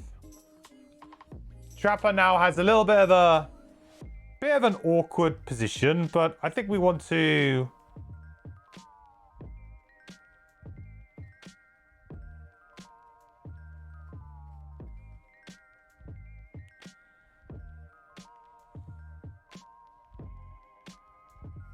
run away a little bit here.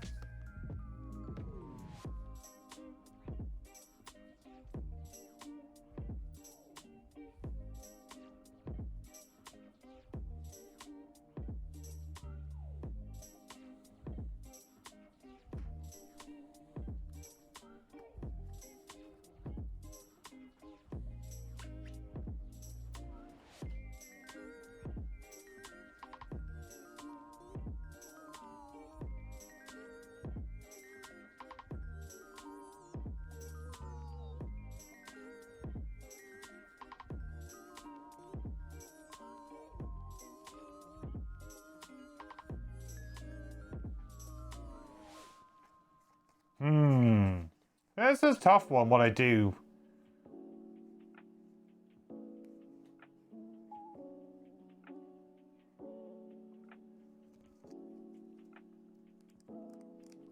I don't want to get completely screwed here.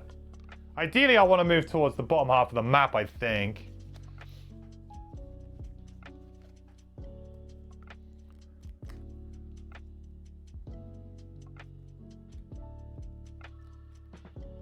If we move around the Ice Speaker, muddle with Mantle, and use Poison Vow, we can succumb to Bane him dead. Do get blown out if he gets healing, though. Yeah, if he has healing, or if the priests draw healing, I suppose. Yeah, I feel like maybe that's a bit too cute right now. Possible, though. It's tempting for sure.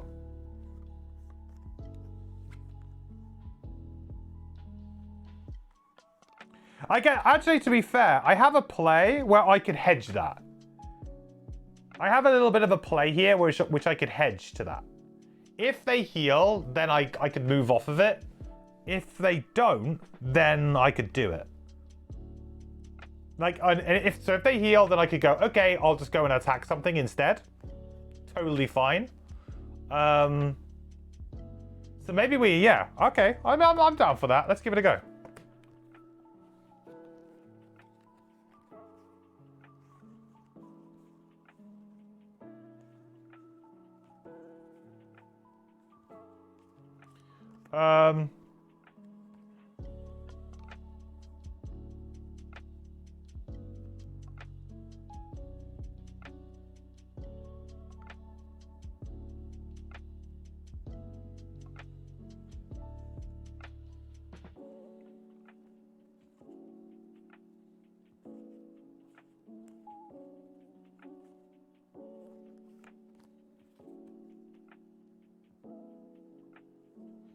I'm a bit nervous about these priests, but maybe not. Maybe we can get away with it.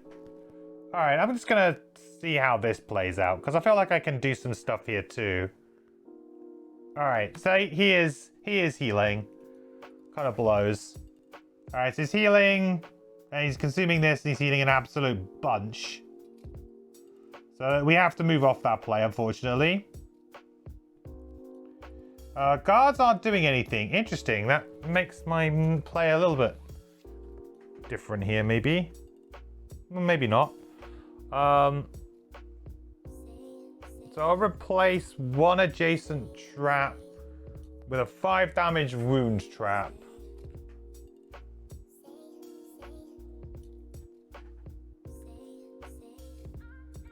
I'm gonna make myself a little cocoon. Gain 1 XP.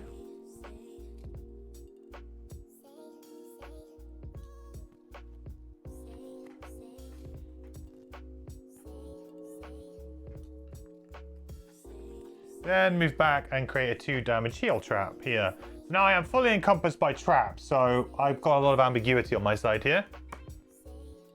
Priests are also healing, the double rude. No respect.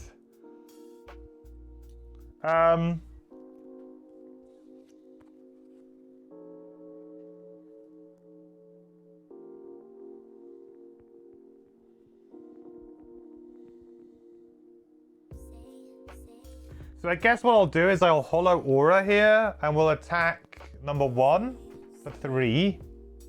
Ooh, let that go away.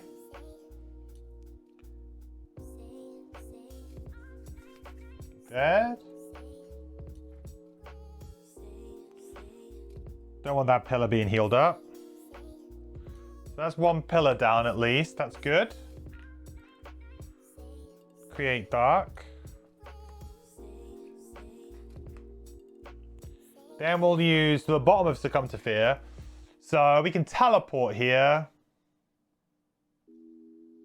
I think I want to go down towards number 3. So I'm going to go 1, 2, 3. Ooh. And we will muddle this guy. What is he? Number 6? So you are now muddled, and then Succumb to Fear will also apply the wound. So muddle and wound that guy. You know, oh, I guess I could Succumb to Fear him, right?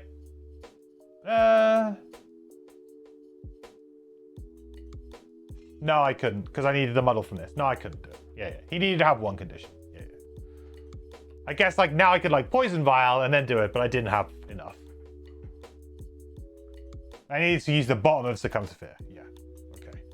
That's definitely a combo I need to keep my eye on and try and make sure that I'm thinking about it actively. Kind of difficult to do. So then these guys are going to go. So 1. Heal all allies within range 1. Bless self. More about the double bless there, that's a bit more worrying. They now have 3 blesses in their deck. Oh, did I wound the wrong guy? Oh, I did. Oops. Oopsie. There we go.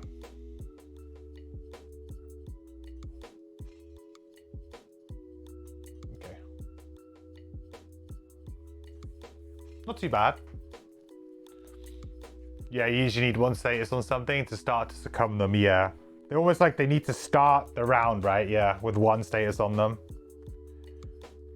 Then we can find a way to get more.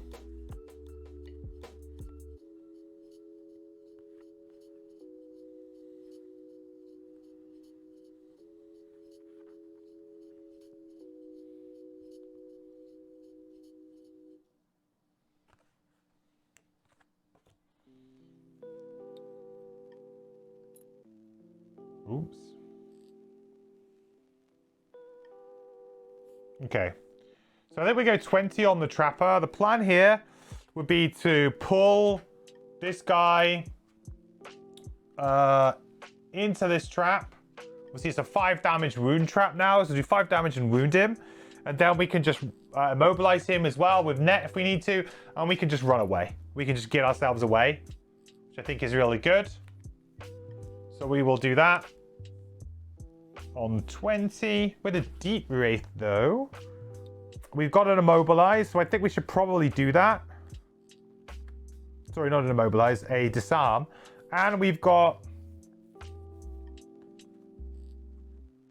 an attack 3.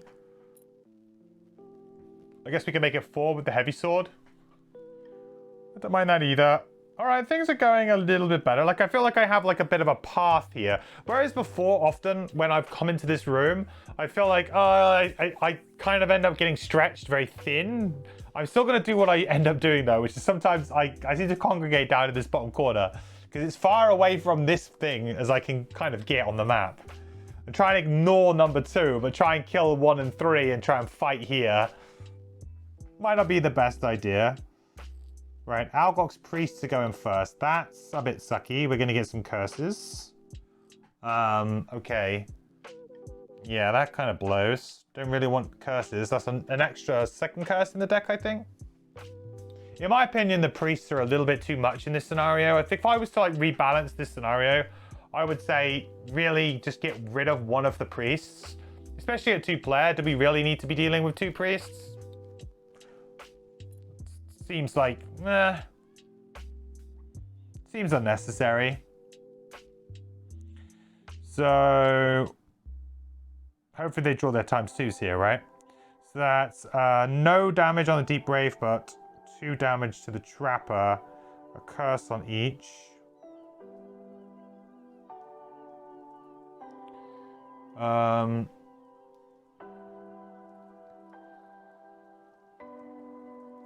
I don't think number 6 can really do anything here, can it? Oh, it's move 3, not move 1. I thought it was move 1. So yeah, I could put it up this way, which I think is probably better for me. A bit closer, well, a bit further away. Actually, I could probably just, I could just kill a priest now if I wanted to, huh? Interesting. Might be an idea. Anyway. So draw on the Deep Wraith. And then Trapper. ×2. So it's 2 damage to the Trapper. Bit unfortunate for the Trapper.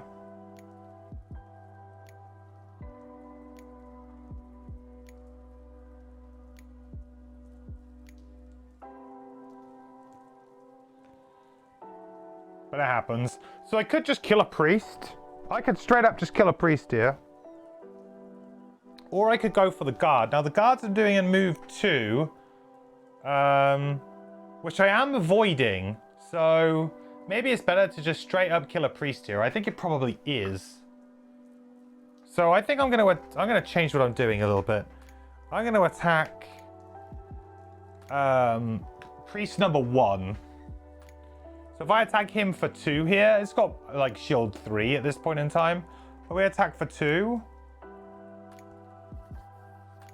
1, so it does no damage, but we get the pull 2, which is really what we wanted here. So bang, bang, goes into here, takes 5 damage through shield, and takes a wound. Whoop. I'm dropping damage tokens everywhere.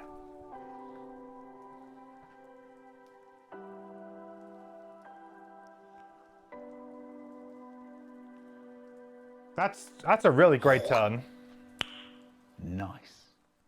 Dead? Yeah, gonna be dead on the next turn. Then it's a case of me just running away a little bit here. So that's the plan. Come down here. Nice. Okay. So that's Trapper's turn over. Really good turn, actually, in the end. Now we can go on the Deep Wraith. So we will move to 1-2, and we will spend a trophy here to disarm.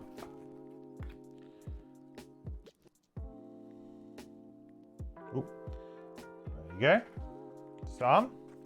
Then we'll attack for 3. I'll consume the Dark here just to get the XP, even though I don't really get anything more out of it, but it feels good to just get XP. So I think I'll probably use the Heavy Sword, because if I draw a +1, then it's just dead, and that feels like I'm due. So we'll attack for 4 here. +2. Didn't need it. Boom. So that's 3, 4, 5. 6. That's 6. 6 in total. So Ice Pillar number 3 is now dead. Hang on a minute. Did I kill the wrong ones? Oh, 4. Okay.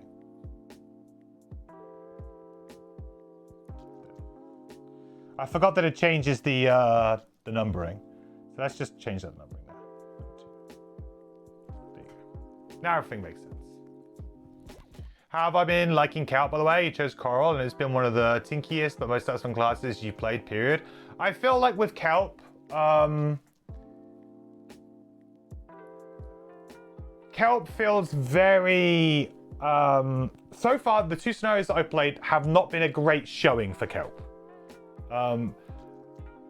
For the most part, that's because the first scenario, loads of stuff was immune to poison, and I didn't even realize, and I just played the scenario like I thought I could normally, and that was completely wrong.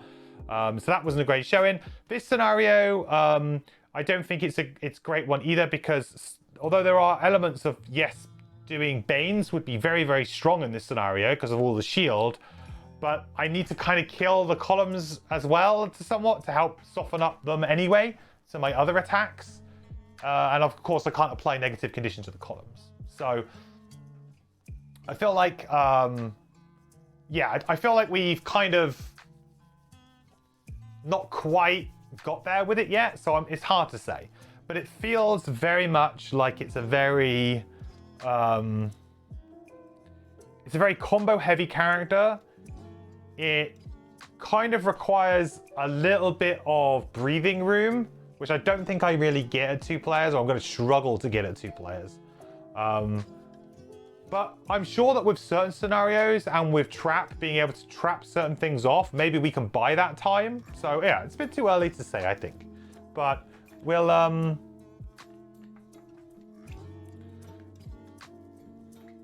kind of keep reporting as we go along. But so far, I felt like the character is like quite tricky, really. Like, you need these little things. You know, you need dark, you need dark on the right turns, you need trophies on the right turns, you need negative conditions on the right turns. So there's like a whole mix of like, there's a lot of like, the economy of the character is like very picky.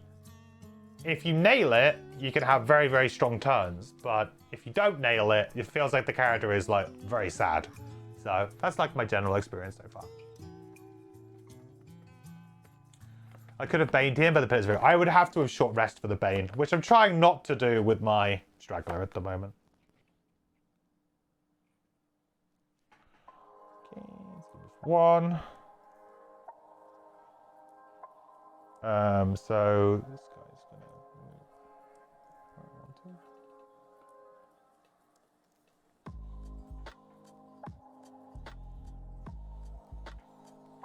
So like now we're in a good position where we could start considering to attack, because we've kind of gotten rid of most of the big problems.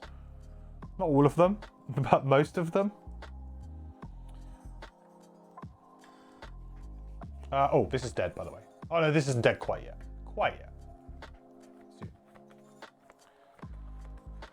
Those are both the worst and best types of classes. Once you figure it out, it feels so rewarding. Yeah, absolutely. Like I don't have. I will feel a lot like the Deathwalker, where the Deathwalker at times I felt like one of the most powerful characters that I've ever played when I was playing the Deathwalker.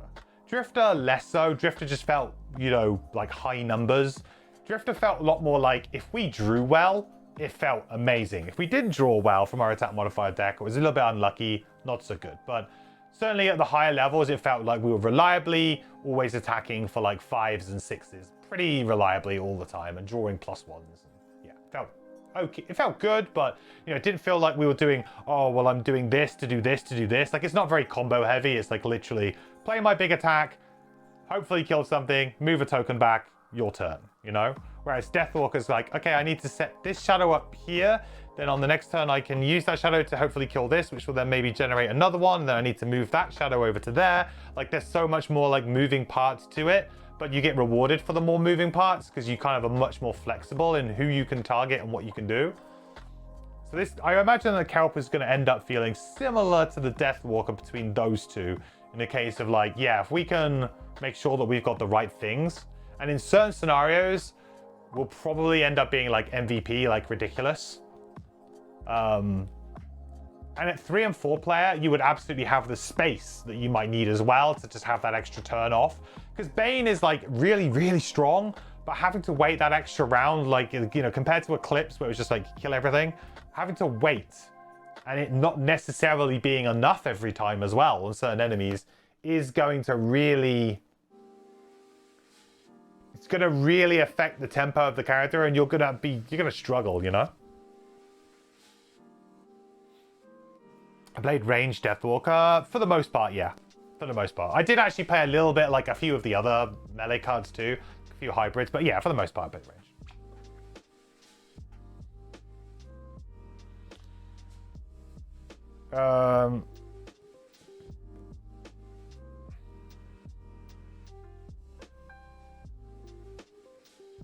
Next round then. What are we doing this round? This round's like a very interesting one because we've achieved quite a lot. I've only got one card in my for my Deep Wraith. I would like to try and get this, but never short rest. It's now looking, I have to long rest this round or not. Obviously, if I long rest and then we just get destroyed, that's going to feel very bad. Trapper does not have a great turn here. A very bad turn, I would say.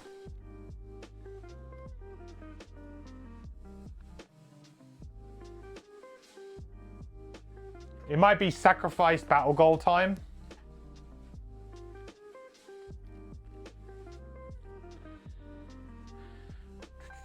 I've gotten quite lucky so far. That's the thing, you know?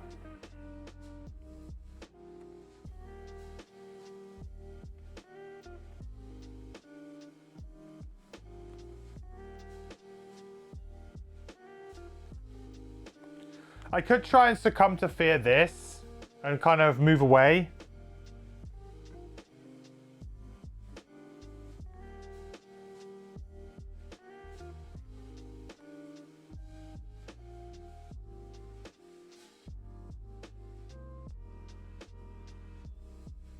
I'd have to short rest though.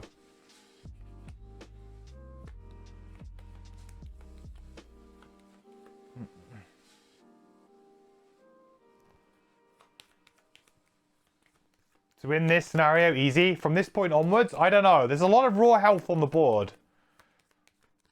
I feel good, like this is probably the best position we've ever been in. Quite comfortably, I think. So we'll have one priest down, we'll have one priest, 2 guards, and to be honest, we could be very close to killing one of these guards as well. We've got a Bane here. We got a disarm Bane turn on sort of the cards, and I felt like that would be very strong right now.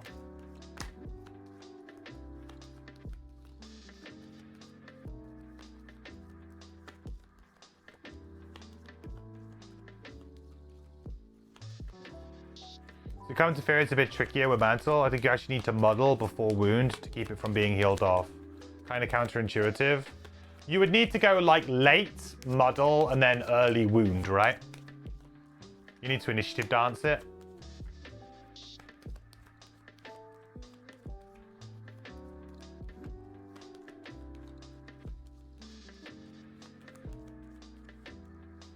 All right, we're short resting, so battle goal is done. We lose lion weight, our level 2, which does suck.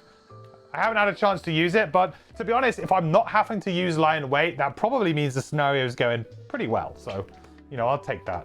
Unfortunately, that does mean that this is now done, and we cannot do that. But I do not want to replay the scenario, and I have a very good opportunity to just do this now, so I'm going to do it.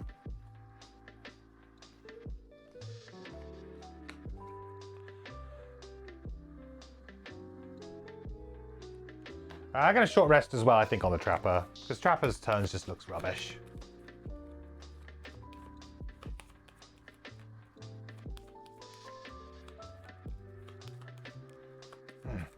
Get blown out by heroes, but thankfully bottom of Succumb is decent. Yeah, it's not too bad. I feel like as long as you play the top that matches. If you, yeah, it's kind of difficult, I guess, because I could get blown out here potentially. It's possible. Actually, no, I don't think it is because the. Oh no, yeah, it is. It absolutely is because they will. Yeah, they will heal off the Bane at range 3 after my turn. Yeah, no, it is possible.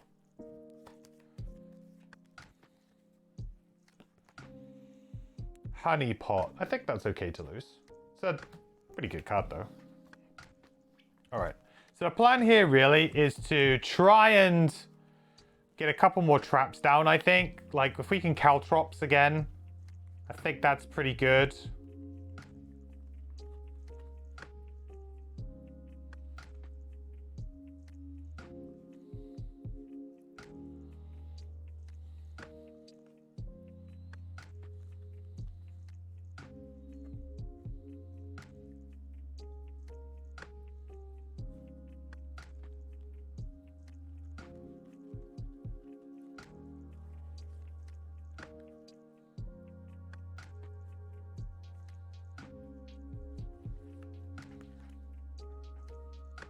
All right, let's see how this goes.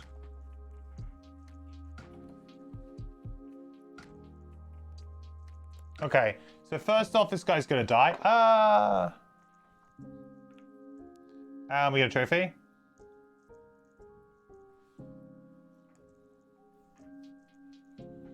Number 6 is gonna go. Can't get anything at range 3. That's very nice. That worked out pretty well for us there. Deep Wraith time. So we go move 2. I think we'll just move to here. And we'll consume a trophy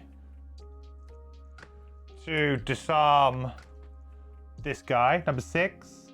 We will also muddle him using the bottom of Mantle of Dread. That is 3 negative conditions, everybody. It's the first time I managed to do this. Then we're going to play Succumb to Fear. Consume trophy.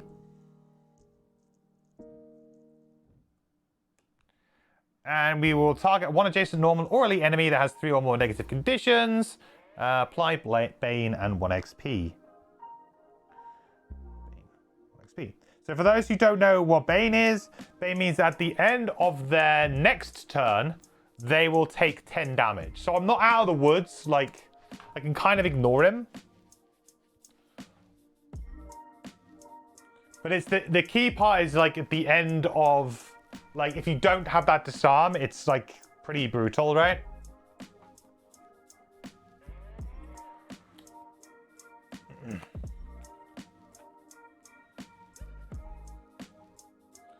Then Trapper time.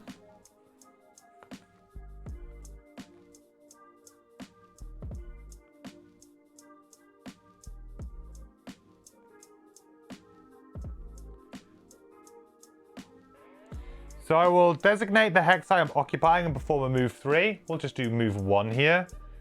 If the designated hex is empty, create 1/2 damage trap.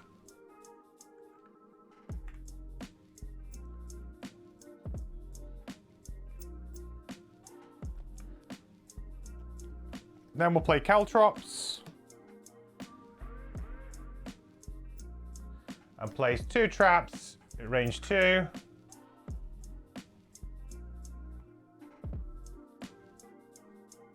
Now we're getting into the swing of it, huh?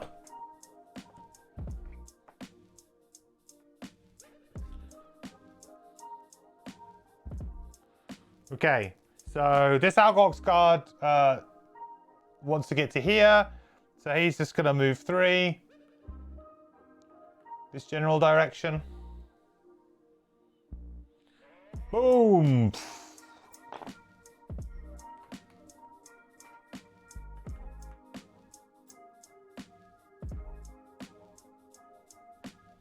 First successful Bane.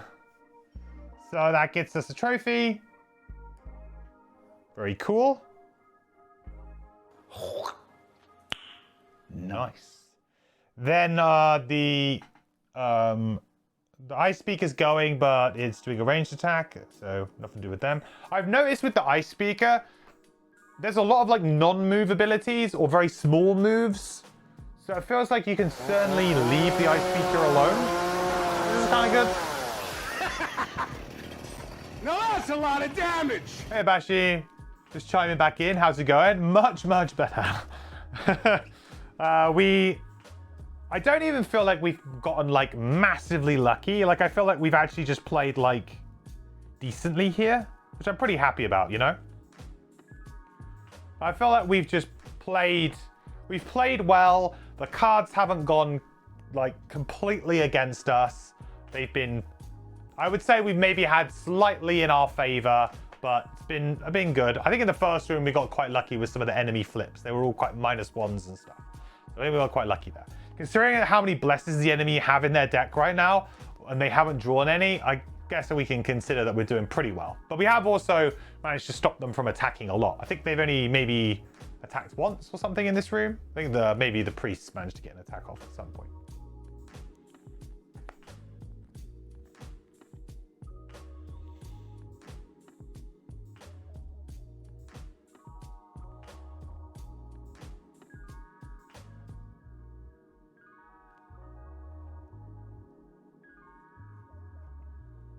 I think maybe we do an unavoidable outcome bottom here.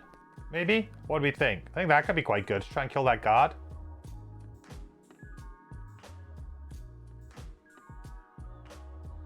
I haven't used the bottom of unavoidable outcome yet, but this seems like a really good opportunity to do that.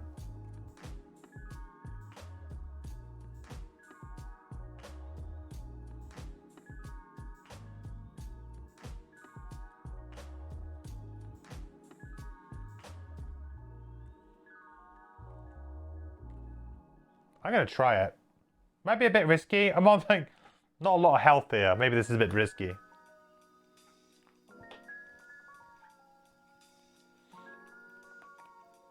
Hey Dave.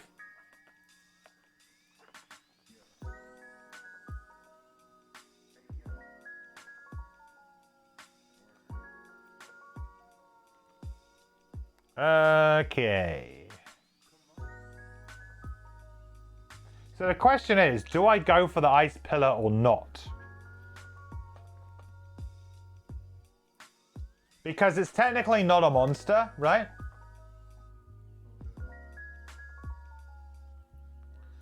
So we don't need to kill it to win this scenario. And it's providing shield 1, which is a little bit frustrating, but is it really worth me chucking, you know, an attack at it because it's shield 1?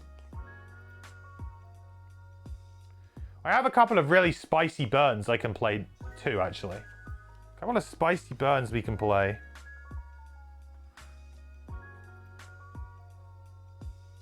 I'll tell you what's really strange. Why doesn't Succumb to Fear create Dark? I mean, come on. Feels like it should. Thematically, what's going on, guys?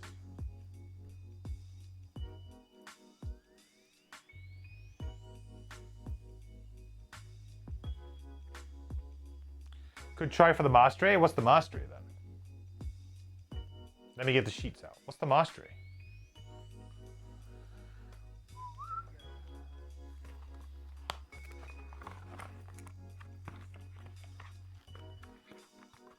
Go more left to leave the pillar buff behind. Yeah, I could do. Yeah.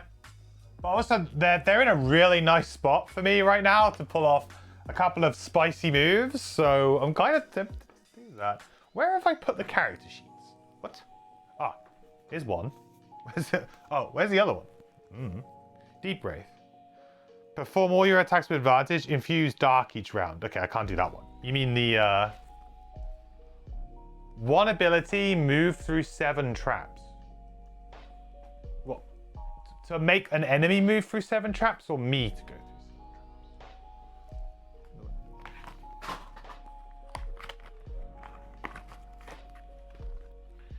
Move enemies through 7 or more traps with one ability. I can't do that, right? How would I do that? I don't have the I didn't take that level 2 card that would allow me to do that.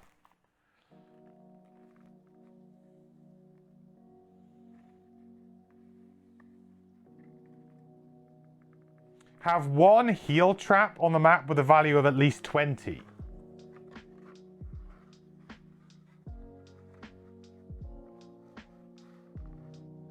That is something that I could possibly try and do. If I had enticing bait. Oh yeah, I didn't have that. That was the other level 2, right? The one that was like push 2, if it goes through a trap, add another push 2. So you would literally just need to like set them all up.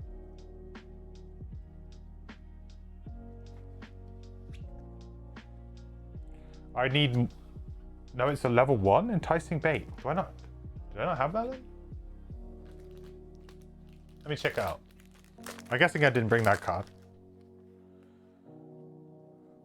Oh, I see. It's a burn and then make them. Oh, I see. Yeah, so it's targeting 3 things, move 2.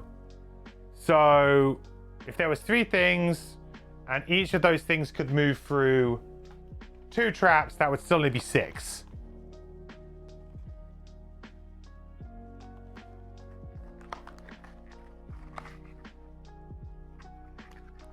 So I would need yeah, it would only be 6, right? If I had it, which I don't. But if I did, it would be 6. Yeah, it seems like a fun card, though. I feel like the thing with the Trapper at the moment is I've had maybe a few too many trap cards, and maybe I should have an additional like card that interacts a little bit more, maybe.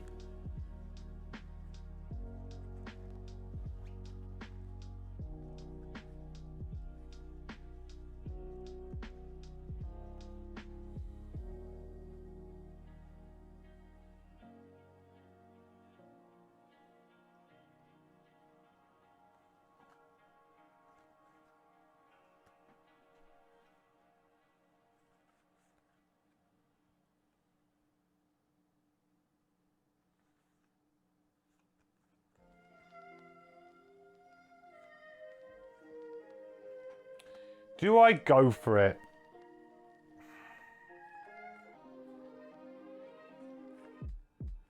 So here's the thing. I can go for an absolutely ridiculous play right now. An absolutely ridiculous play. That if it pulls off, it's going to be like genius. Absolutely genius.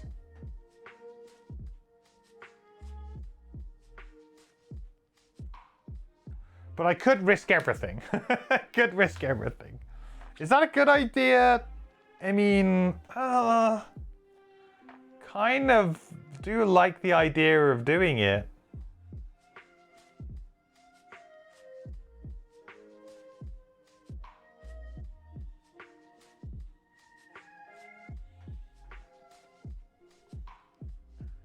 Oh, and I could do, oh my God, I can make it even better. Whoa, hold on. Hold on a minute. Oh, but I'd have to do it on super late initiative. Okay, it's not as good as I thought. Okay, I can't quite. Oh boy, I had an insane idea then. Oh, I just needed a really early initiative. It would have been so good.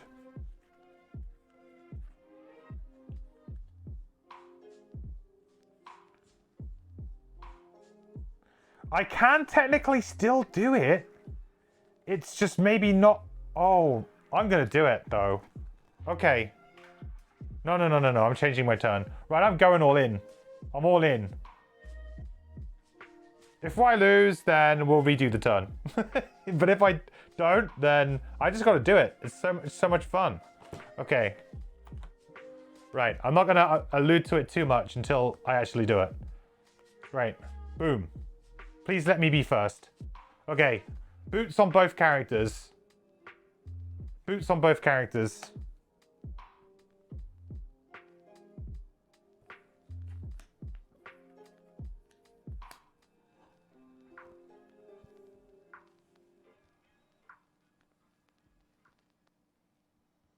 This could be kind of stupid. Spicy. But let's try it. So first up, Trapper. So nothing like super great here. I'm just positioning turn, really. So I'm going to move 4. Then I'm going to attack for 3 with a push 2. So attack for 3. 2 with a shield. Only 1, unfortunately. Kind of blows. Could have been better, I think. Again, drawing that push. Then we push to here. We only want to push 1. We don't want to push 2. Okay. Trapper's turn is over. Right, Deep Wraith. Here we go. Teleport 6. Bam. All adjacent enemies suffer 2 damage.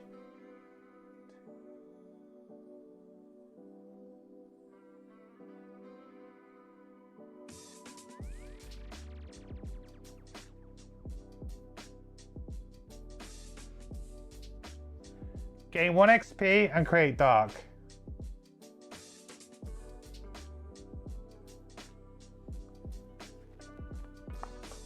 We're doing it. Then you know what time it is. It's time for the stabs. So, oh, this just takes 2 damage too. So here's my feeling. Do I attack the pillar with the first attack to try and remove the shield? Right? I could do that.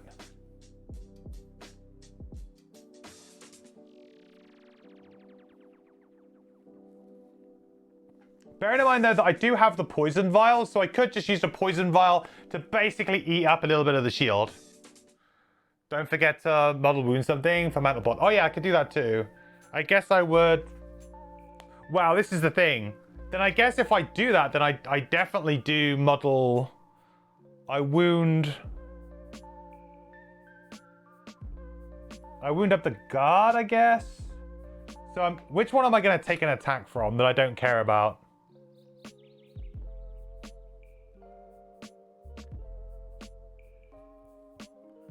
Basically, which one am I not going to attack here? Probably the guy with the most health. Probably. Oops.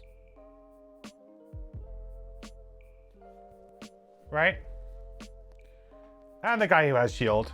So that kind of makes sense.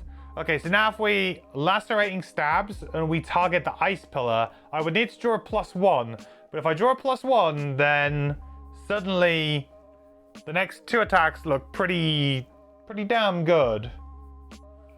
I think I will poison up the priest here as well. Using the poison vial.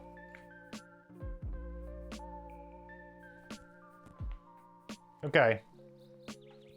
So let's attack the ice pillar. Considering that it will actually, if I kill it, will actually free me up to do a lot more damage on these guys as well.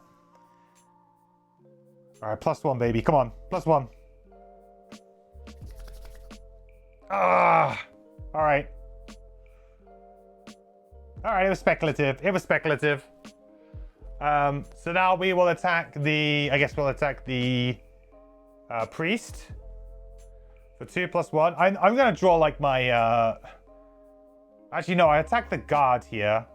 It's probably better to attack the guard for 3 here. And then go for the 4 on the priest. Oh, actually, maybe not, because 3 plus the shield is... No, let's just go for the priest. Priest to attack for 3. Okay, so that's 3 damage, plus the poison 4, so it's 3 and a wound. Oh no, hang on, he's got an extra shield, right? Still got an extra shield. So it will be not quite that.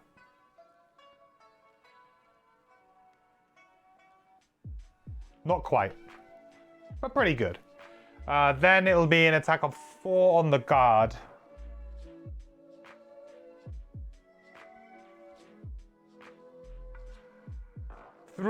Three with the shield 2, so 2 damage to the guard and a wound. Nice. Okay, well that's like huge. 2 XP as well. Boom.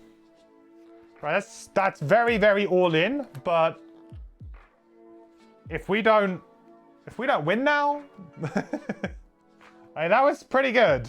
I'll take that for a turn. We just need to avoid some kind of like, you know, heals and stuff. Okay, so he's going to attack us for 2. 4.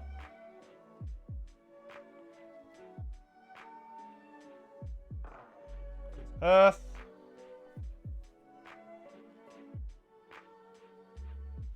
So he's going to attack us for 3. This is where like it's scary because I do have cards to burn here, but he's going to attack for 3.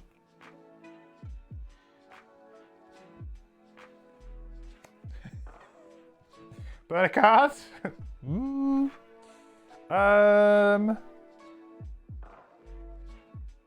Sure. Wow. Wow. And then priest.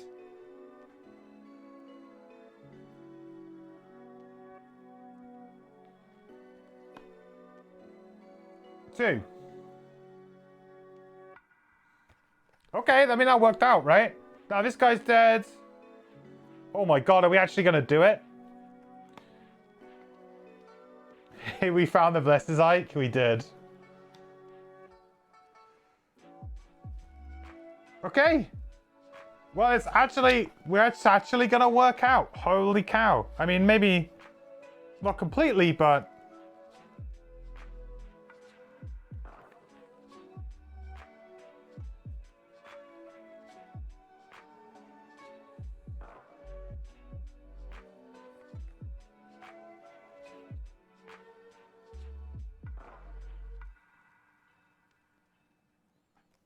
what can we do on our deep breath here? We can't go. Oh, we have to short rest, I think.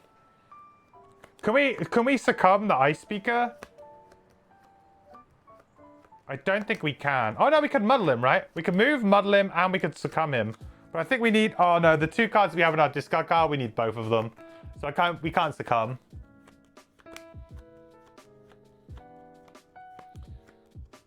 First try scenario, easy, yeah. So simple, so easy.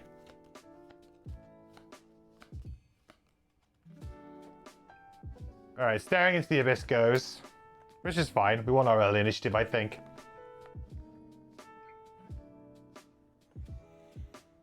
So I think we just go out in a blaze of glory here, huh?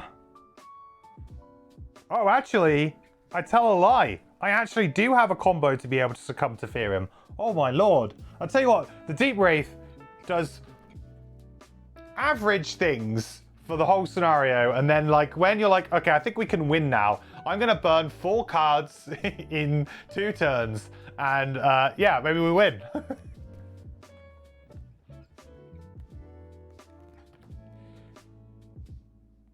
They could still go before me here, but this would also just work incredibly well. These wounds are so huge. Yeah, I mean, look at that. Like, they're done for, right?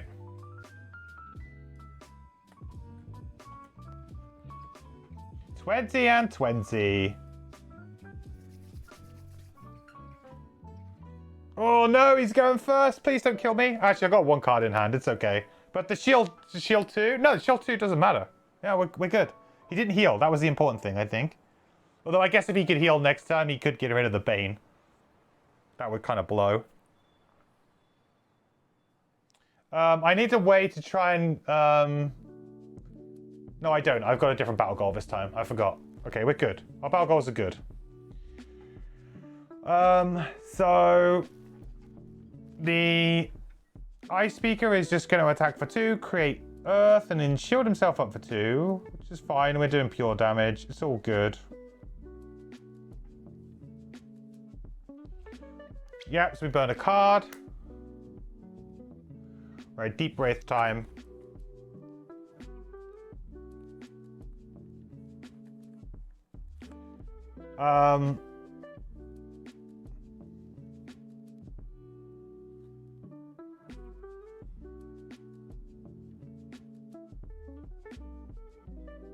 Yeah, I think I can get some loot too. So I think I can get some loot here, right? So I'm going to use Tumultuous Panic. So we're going to teleport 4. Immobilize. Target all at range 1. So immobilize.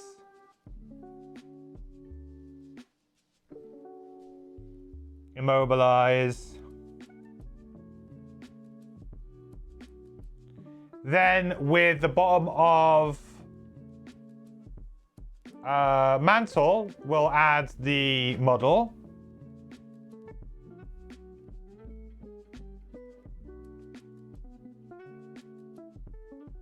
Oh, actually, I don't think I can get loot. Yeah, I can't get loot. Then I guess I jump back, disarm. But why not? Why not? Get disarmed.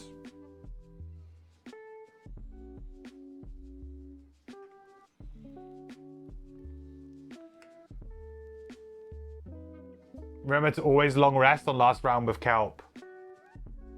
Oh yeah, I guess I could, right? Well, actually no, I won't. I'll only have 1 card in my discard pile, right? I don't think I can. Actually no, yeah, I can, right? With 1 card in my discard pile? It's been ages since I've been that low. This will give me 1 XP. And then we play Succumb to Fear.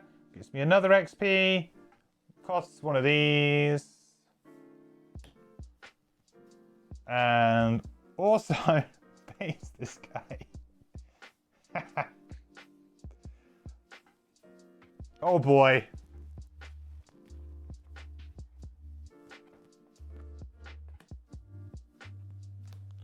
We ended up getting 11 XP. I think we went from having about 2 XP when we entered this room, maybe 3. It's like this big last room for the Deep Wraith.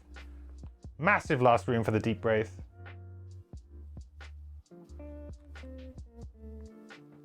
I think I probably just get some loot here, right? I think I probably do. Here. And then, so we'll move 4, we'll get that loot, and we'll also replace 1 trap with a 5 damage wound trap. 3,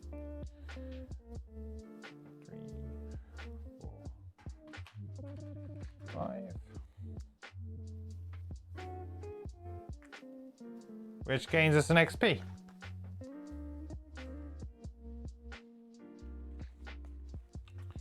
And we get some loot.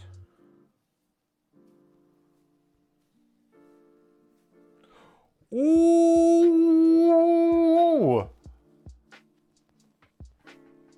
Hot diggity damn!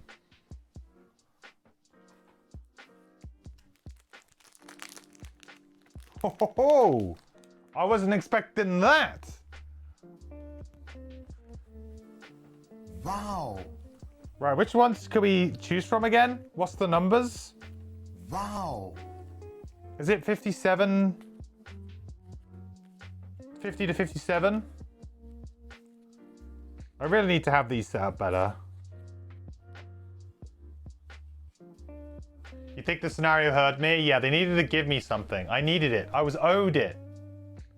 Where's the what numbers is the random item deck again?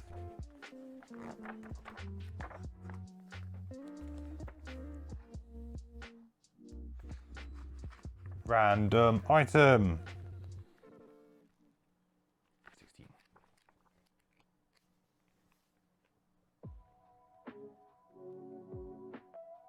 $32.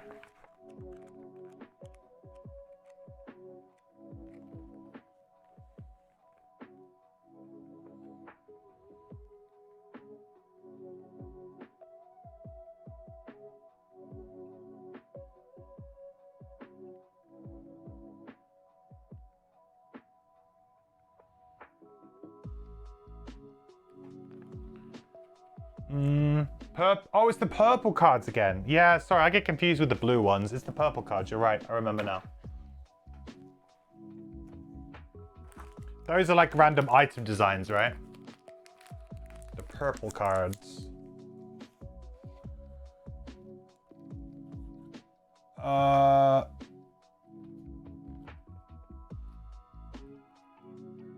All right, I'll just draw it from the deck, I guess. Boom. This should be shuffled. Yep. Wild growth seeds. During your turn, create one hex obstacle and an adjacent empty hex. That's actually huge.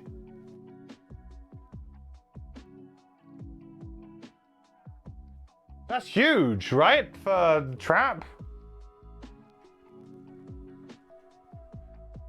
I mean, that's going to give us so much more control. Yeah, big crit. Massive crit on the random item. Massive crit. It was all worth it. Yeah, I'm so glad it took us like 5 attempts on this scenario. Whoa. That's excellent. Happy with that. Wild growth seeds, everyone. Whew. That's crazy broken. Yeah, I mean, it's going to be so good with traps. I'll just... there'll be certain scenarios you'll be like, oh yeah, if only there was an obstacle there. Oh. And then traps all the way around it. It's really good. Really, really good. Yeah, you're right. Like, it's like when you're designing a scenario, like if you're somebody designing a scenario, you don't really think about, well, what happens if someone randomly has like this one item that creates an obstacle? Like, oh yeah, my whole scenario falls apart if someone can put an obstacle here or something, you know? It can be very, very broken to just go, oh yeah, wait, hang on. Just put an obstacle here and we win. Or it's, yeah, the game becomes so much easier. It's good for many, but yeah, especially trap. Yeah, for sure. All right. So Algox Priest. Dead.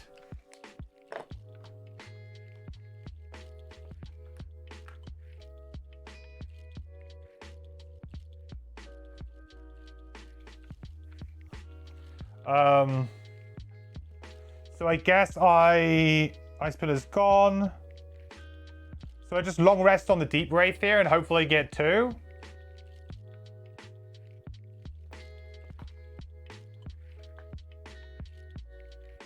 Pretty sure I can.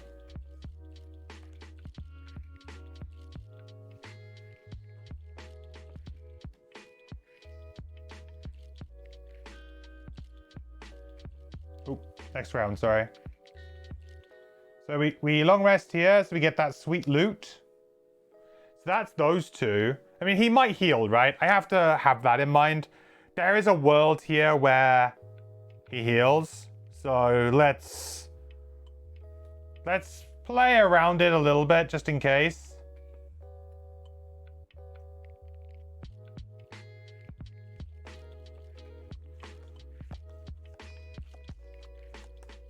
All right, Trapper first. Honestly, I think I just go and get this loot and do nothing else. I guess I could have short rested there maybe to get a trap out or something to get 1 XP. Yeah, I should have done that.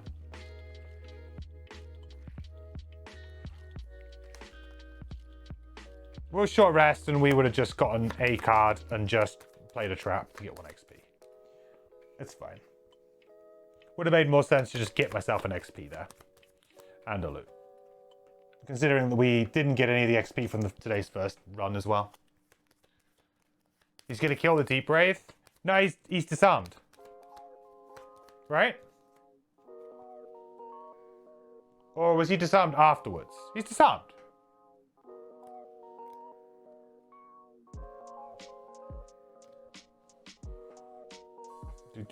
Loot. Hide. Nice. Yes, he's disarmed. So it doesn't do anything. Bam. Bane kills him. Drops his token. We get another trophy.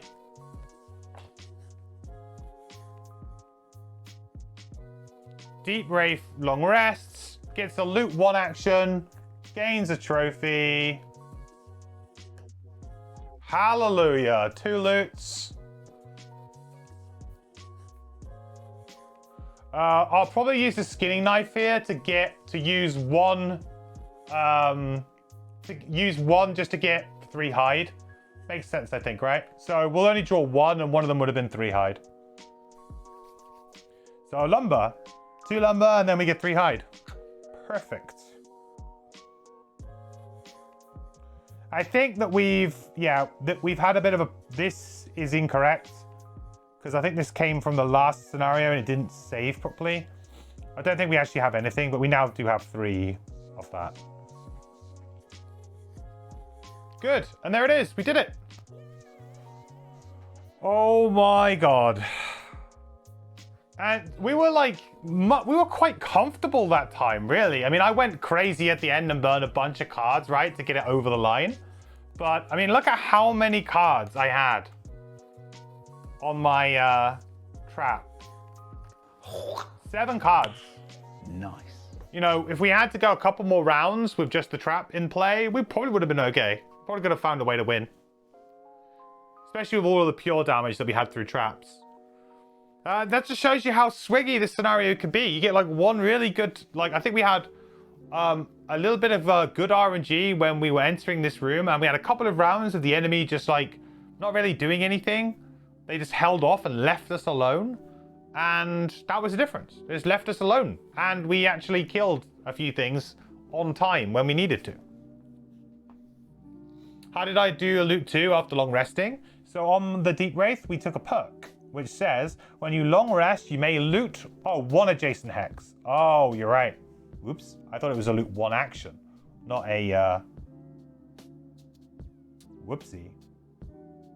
I thought it was a loot 1 action, not a, just 1 thing. All right, I guess I'll have to put the wood back. Sorry, wood.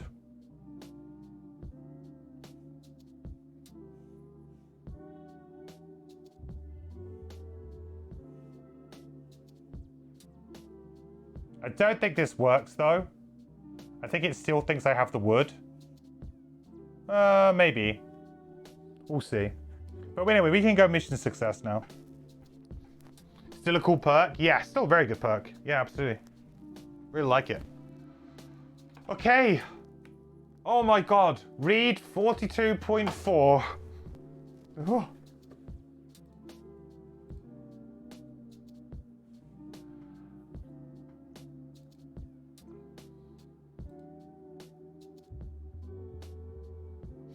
Lucas fixed the assignment issue with loot. Nice.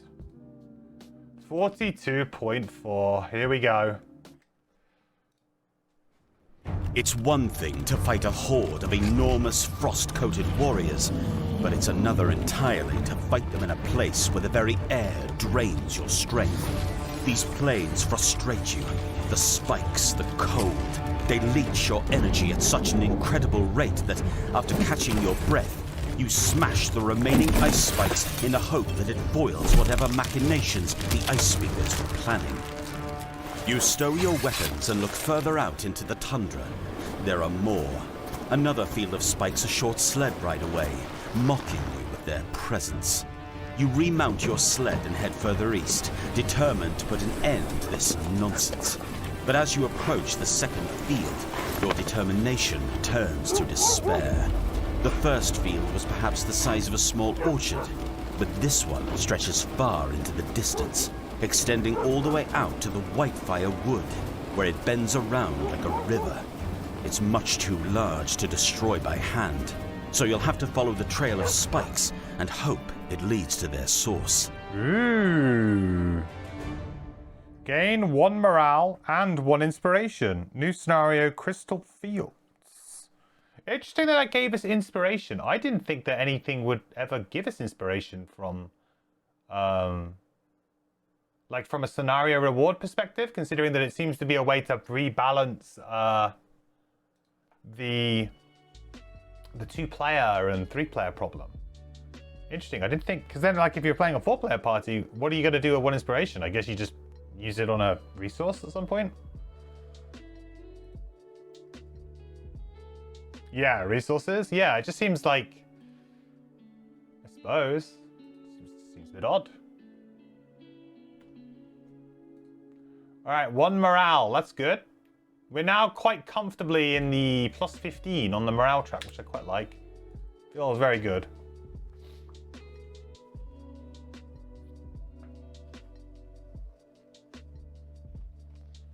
Yeah, I think the reward too for 3 players. I mean, 3 players, the thing is though, is that in 3 players, if the average scenario takes 15, if the average character takes 15 scenarios to retire, then you're looking at 1 inspiration every single completed scenario. So you'll have 15, so you'll have enough to get 1 additional one done when a character retires after 15, right?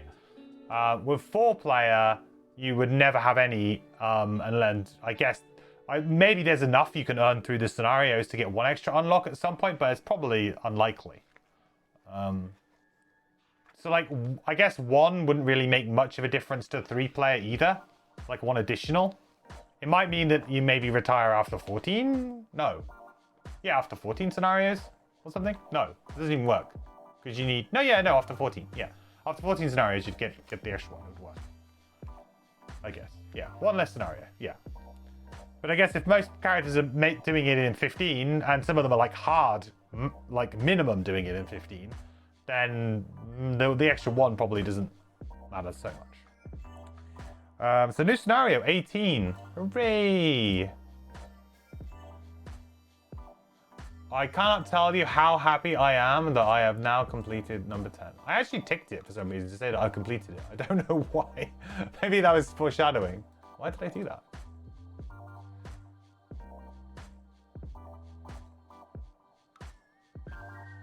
$18. Boom. Crystal fields. Okay. Let's update our sheet and we'll do ourselves a lovely outpost phase.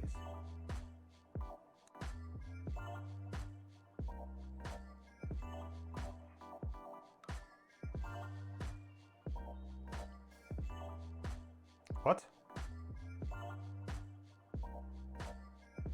Excuse me?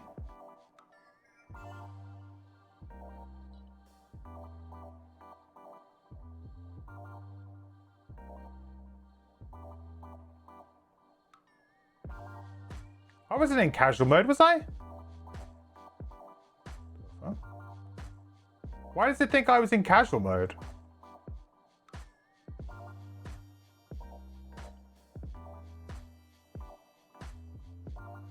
Weird.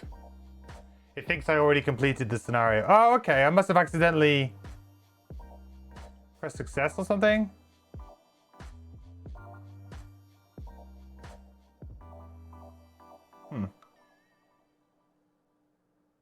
Did I press success at some point? No, casual would be replaying a scenario, right? That's the whole thing. So I must have just think that I've already completed the scenario, but I haven't. Weird. It's all good.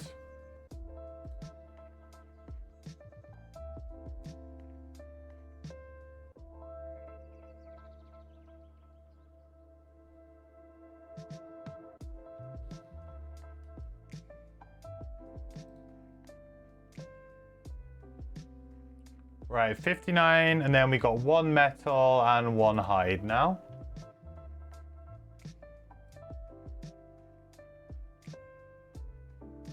And we got ourselves, what's this new item called? Number...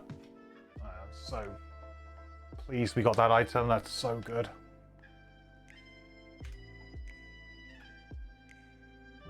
I don't know why I need to speak to the guy who made the spreadsheet, because the kelp didn't have any stuff in it, which is a bit weird. Oh, we did the perk point as well. We did 1 perk point. Didn't do it on that, we did it on trap. On trap we did do 1 check mark. We got 1 check mark there.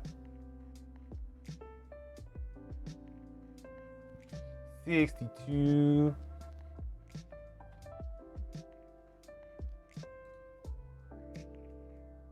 Only 59 XP? Yeah, because the first scenario, I think we only ended up getting like 3 or 4.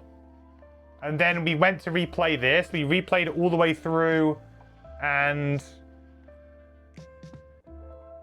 it does seem quite low, actually, because I probably still would have had about 10 from the previous. I think maybe it didn't give me the XP from yesterday's run. Or maybe I'll have to check the VODs. I feel like maybe it didn't give me the XP from yesterday's run. It's not going to make a huge difference, though, in terms of complete leveling up or anything right now.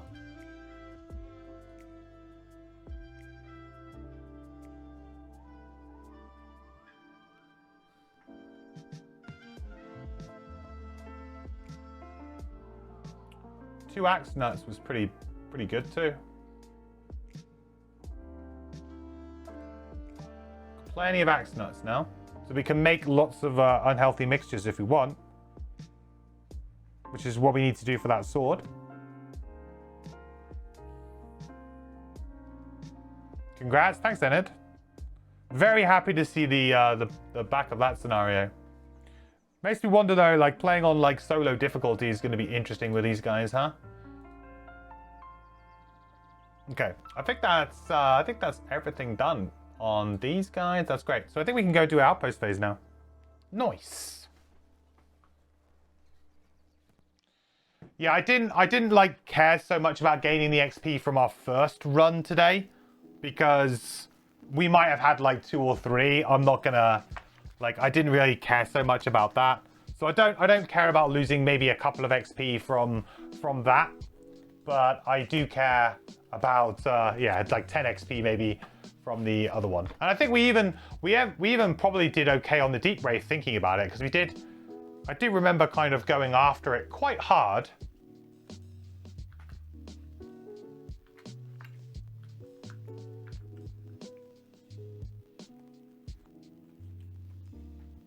Okay, that's all your items. That's all your items. No, that's not all your items. That's all your items. That's all your items. Much better. What I'll do for the next scenario chat is I'll get some dice and we'll use dice for the traps. Like for the value. So you guys can actually see what value each trap is. And also it'll be easier for me as well, because I won't have to do as much fiddling around with tokens. We'll still have to use the wound tokens and the immobilized tokens and stuff though, but that's fine.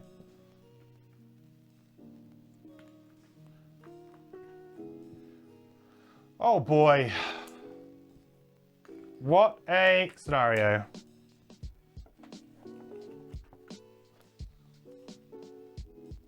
Do I have small dice? Yeah, I think I've got dice of all different sizes.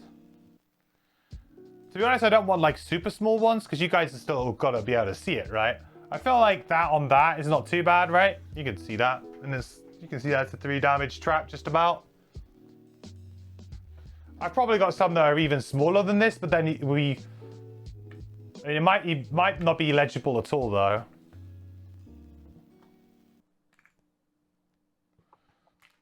I remember in like a very old game I used to have teeny tiny dice. I don't know what they were for, but I used to have these teeny tiny ones. Just novelty factor, I think. No actual real good use for them. Just they looked cute, and I think the idea was to use them as counters in Magic. I think I had bought them for, but they were just, yeah, they were too small.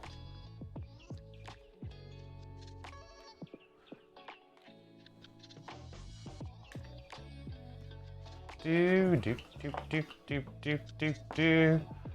Congratulations, Trapper and Deep Wraith. Successful scenario. My god, it took us long enough. Okay. So, let's go do an Outpost phase. It's funny seeing how many cards I burned on the Deep Wraith versus how many cards I burned on the Trapper. It is very different. Okay. So let's get a Outpost event and the calendar. Come on. Yeah, man.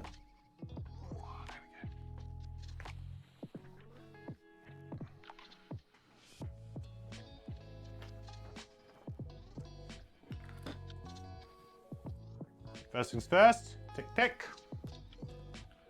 I can probably cancel the script now. You guys aren't gonna want to see the side view. Let me just pause that.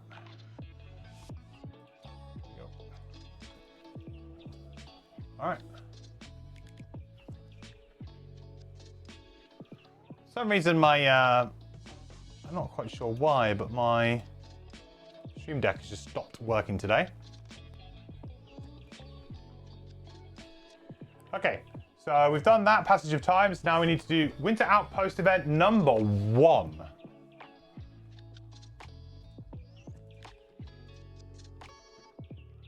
Number 1.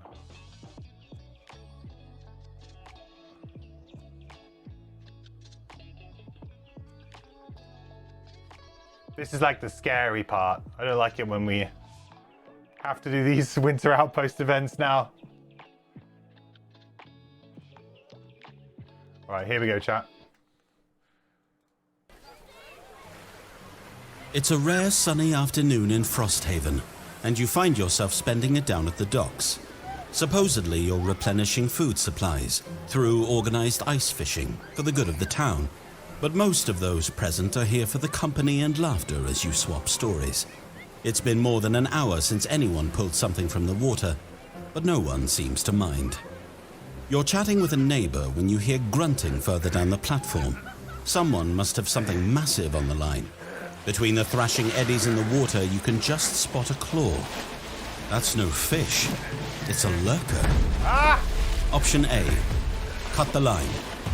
Option B, help pull. Option A or option B, everyone? I mean, we are a lurker. What? Do we option A, cut the line, or option B, help pull? I mean, I don't know. Is our trapper going to be really good at this because they're good at catching things? Is our lurker going to be really good at this because they're also a lurker? I'm a bit confused as to how this one could pan out. That's questionable anyway. Fishing out a new class. Actually, I would be. That would be interesting, but I wouldn't be surprised. You unlocked the fisherman class. I'm actually surprised there hasn't been, or maybe it's not very interesting, like a fisherman class, you know? With somebody who has lots and lots of pulls. I guess the trapper kind of is the fisherman class in a way. It's got lots of pulls, it's got traps. Option A, cut the line. Oh, interesting. Okay. Not what I thought you would go for. Not what I thought you all would go for, but respectable. Okay. Option A, cut the line.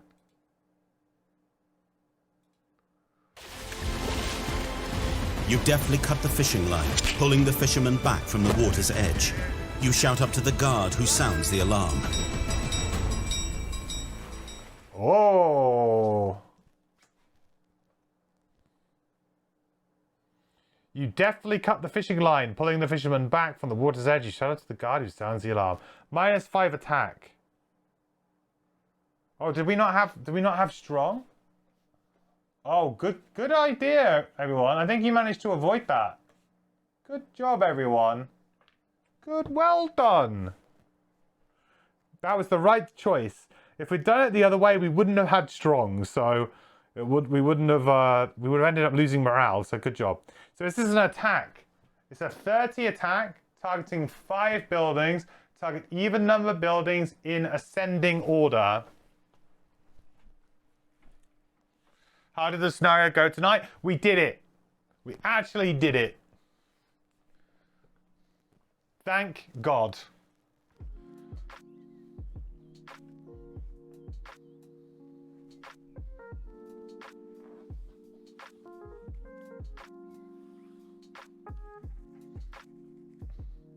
Attack 25. Yeah, so it's attack 25 because we have the -5 buff from that, which was good. Now, what else can we do? We have to count up our morale and our our defenses. So our morale at the moment is plus 15 and our defenses are plus 10. So basically we're already there. So we're evens. So it's 25 on 25 right now. Plus we have, potentially we could use a soldier from the barracks if we wanted to. We have a few. So it depends on how risky you're thinking. 5 buildings is a lot of buildings though. That's a lot of attacks we've got to resolve. We don't have enough soldiers to do that, but we are basically evens. So a plus or a 0 will mean we do it. A minus, or the wreck, of course, will automatically be a wreck. So it's 25. We've got 25. The question is, do we want to use our barracks, basically? Now, this is... it's even numbered buildings in ascending order. So what I like to do is I'll just get the actual buildings that can be attacked. So hunting lodge, logging camp, craftsman, alchemist, workshop, town hall, and barracks. So all of these can be attacked. And then put them in ascending order. So hunting lodge, I don't think we care too much about the hunting lodge. We've also got plenty of resources to repair. So it's really just the wreck that's scary here. It's really just the wreck that's scary. So let's, I think we just flip for this.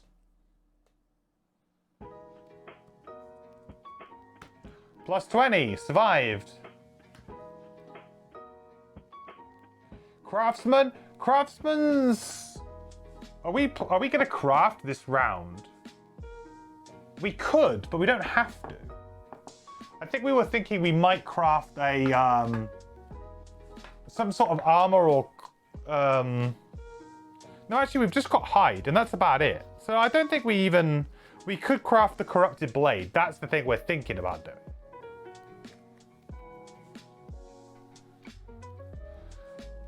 So we wouldn't be able to do that. But actually I don't think we care. I don't think we care about the craftsman here. Craftsman. Alright, well, it survives anyway. Good. Now workshop. Workshop we definitely don't care because it really doesn't... We've already built all 3, so I don't think the wreck side's that bad, huh? Or we lose a wood. I think that's fine. We could always just repair it instead of losing the wood. So workshop, we won't use one either. Plus 10, survive. Now town hall and I think barracks are probably the ones that are the scary ones to lose. Barracks, definitely. You never want to lose the barracks. So town hall would just be cannot complete challenges. But we could, in theory, if it gets wrecked, it's not that bad. We can just repair it. I think we don't use a soldier for the town hall either. Survives. Where are all these when I needed them? Okay, so for the barracks, I am going to spend a soldier for the barracks, I think. Because it just... If we lose the barracks, and if we don't immediately repair it, it's pretty bad. So I feel like replacing... Like, using one soldier for every attack, I think is kind of fair. So we'll use a soldier here, I think. We'll use a soldier.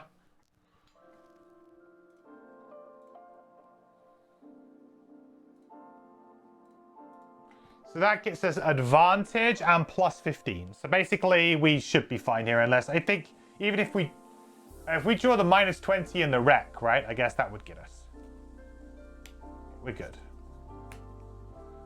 It's a good job that we used it because we would have had to have spent some resources anyway. But like the thing is, it's 3 gold and 1 material resource. I actually don't think that we have any gold, do we? I don't think we have any gold, so we can't retrain, unfortunately, right now. But it's worth it. If we had lost this to a wreck, that would have been annoying. Okay, I'm happy with that.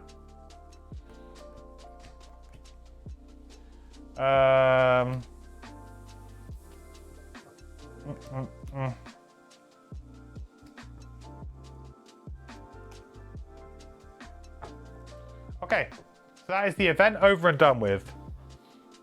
So now we go to building operations. We didn't lose any buildings, which is great.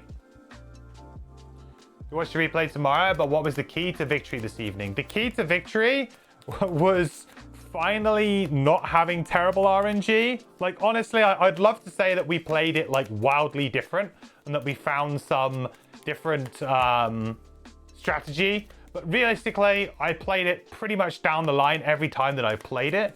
And yeah, we just, the RNG went our way this time. Teamwork and friendship, yeah. Really, the power of friends. And RNG's just on our side. Like, I just don't feel like we played anything particularly different. We had some good RNG with the enemy ability cards in the second room, which really helped us out. And that was, I think, the difference. And we actually drew +1s, and we didn't draw our curses and stuff. Like, so we did actually get cursed quite a bit, I think. I think we did get cursed a fair bit. We didn't draw our curses, really. The enemy didn't draw their blesses. Like, just stuff kind of went our way. And we had a monster turn on the Deep Wraith to basically win the scenario, which was really clutch too. What did I get for the attack? 2 hide. Yes, collectively we got 2 hide. I think I will actually probably give that to...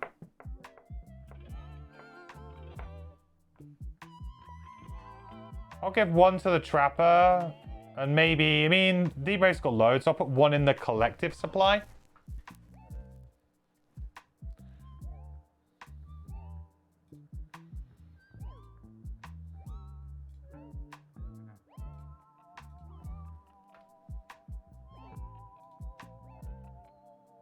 I've currently got 21 hide in the collective supply. Feels good.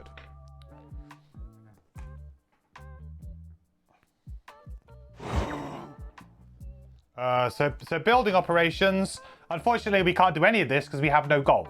So mining camp does nothing, hunting lodge does nothing, logging camp does nothing, craftsman does nothing, alchemist nothing, town hall nothing, barracks nothing. So that was very short but sweet. But yeah, we can't, unfortunately, there is absolutely nothing we can do in building operations with no gold. So that ends. So we go to downtime. So downtime, there isn't really much we can do. I guess we could craft, if we wanted to, the corrupted blade. We could get something on the Trapper now. We could get, like, I guess it would be a good idea to craft some kind of armor for the Trapper. Maybe we get the health again. I feel like the Traveling Cloak is just a nice, easy, safe one to get. It's either that or we go down like the disadvantage route with the disadvantage armor, maybe, which we could also get. You know, we could actually get cured leather armor. If I could find leather armor first and foremost.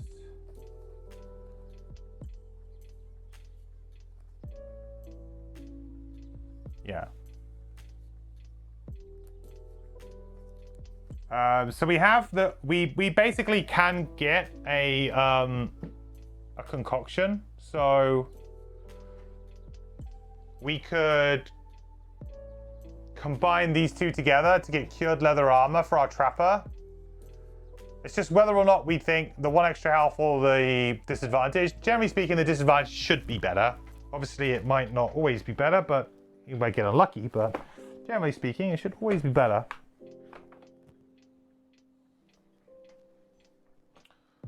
Can't you upgrade an original build? Yes, we can do some upgrades. Yes, that's the final step though. That's in construction. So we'll be doing that in a second. Yeah, there isn't much for us to do in this downtime phase, really.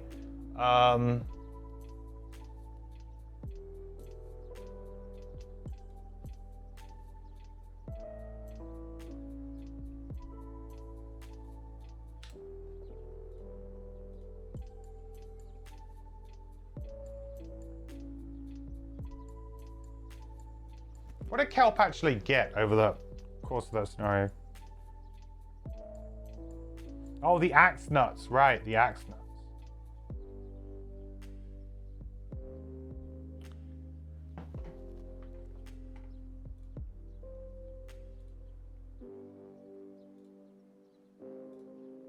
Yeah, so in theory, I could combine 2 axe nuts right now to get an unhealthy mixture. I think I'm going to do it. So it's going to cost 2 hide on our trapper.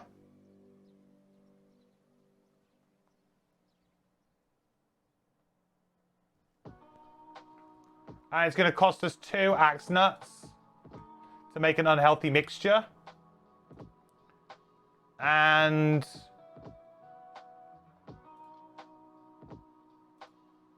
we will make a cured leather armor, which is number 17.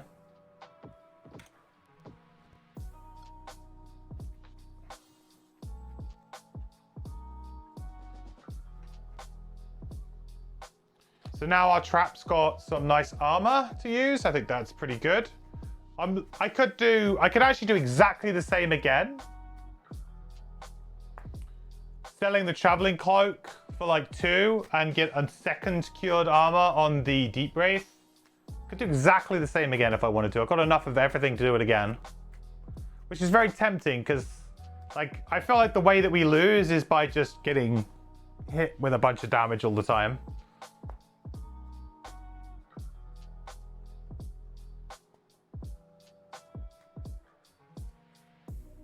Might just leave it for now. There's no rush. I also want the unhealthy mixture to make the corrupted blade.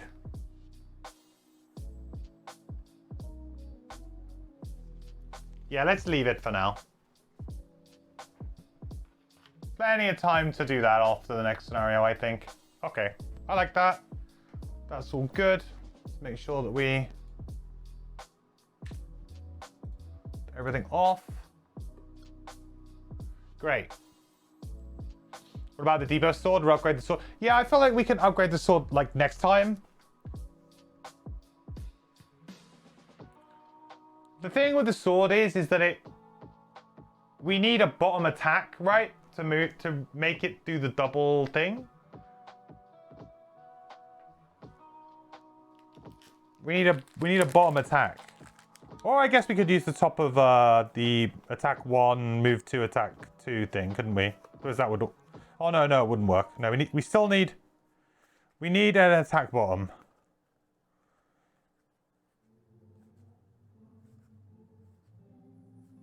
I think we're okay for now. I have got my eyes on it, though. You're right. But if we get to, like, level 3, then maybe we can get a potion that will be more beneficial or something. Using those axe nuts.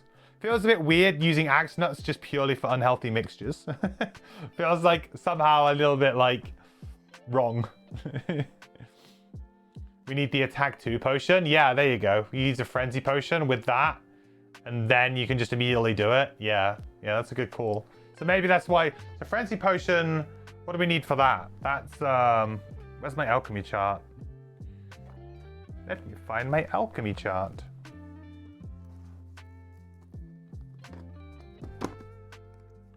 Alchemy. I'm pretty sure it's flame fruit or something, isn't it? Where is it? I don't know where it's gone.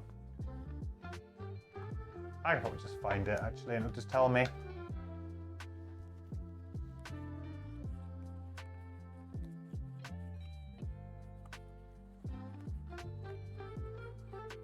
It is.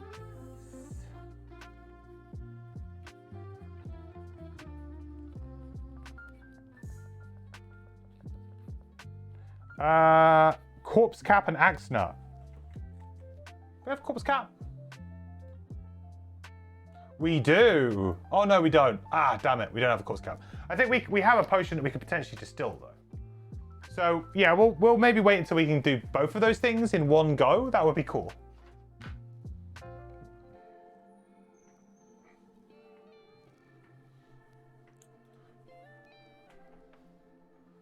Nice. Okay, so that is, I think that's it for downtime. I don't think we really want to do much more, but now we want to go to construction and we definitely want to build some stuff because we have a bunch of things we can build. We can also do some stickers.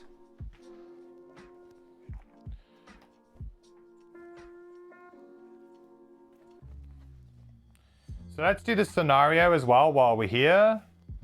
So the scenario door will open. Wow.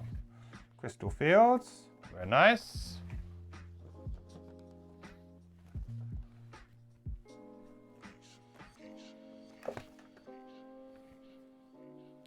So I feel like the next one that's probably worth doing is the garden, right? We're thinking about garden for more herbs. Garden seems like the one to do. And then we can also get that corpse cap in there.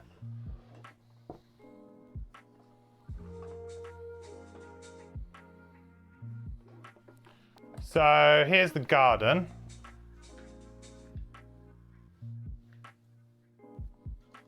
Here. So the garden's going to cost us just 3 wood. 10 money. We don't have any money. Oh shoot, we have to upgrade, right? Oh shoot, we have no money.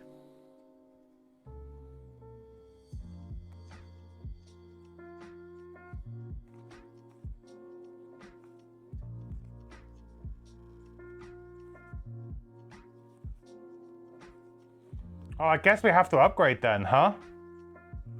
Dang. Not having any gold sucks. We need a building that generates gold. Garden is 1 herb every 2 scenarios. Yes, it is. Yeah. But I don't think we're going to be able to get it. I think we're just going to have to upgrade like the mining camp or something.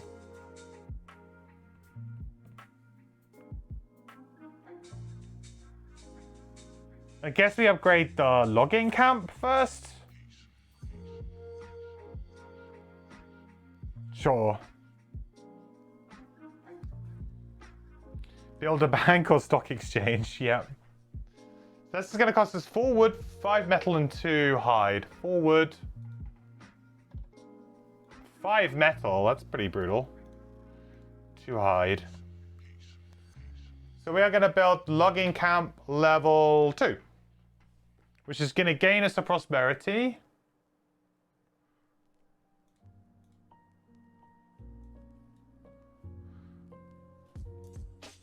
We're actually only 4 prosperity now away from level 4, which is pretty good. We can get alchemy.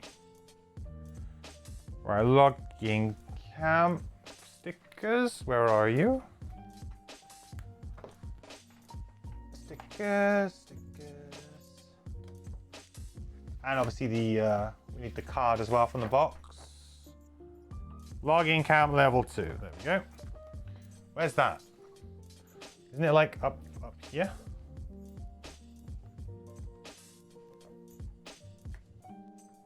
Oh god, it's on the... Oh no, it's on the folds. It's the big one on the folds. And it's actually come off, like, quite badly on here.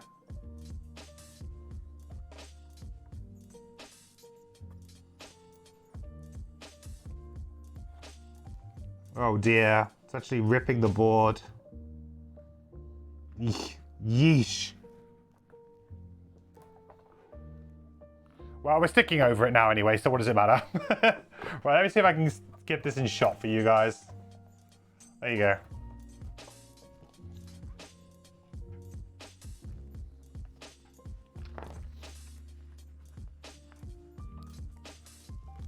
I know, let's put the biggest sticker on a fold. That's a great idea. What a fantastic idea.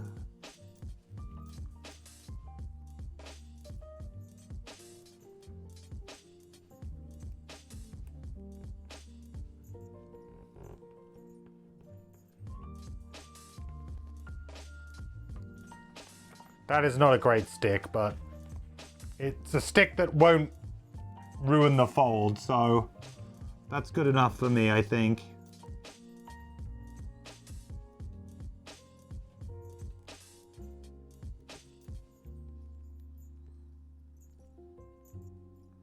Actually, that came out pretty well, actually, in the end. There you go.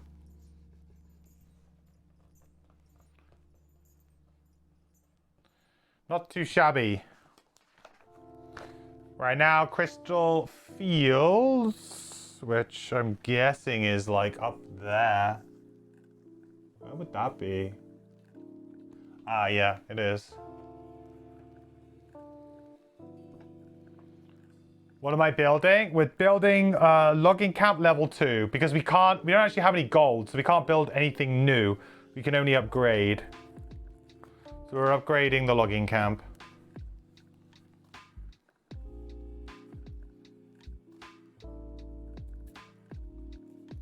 Ooh. Ooh. Ooh. Oh, hang on. There's grid lines on this one. That always is super useful.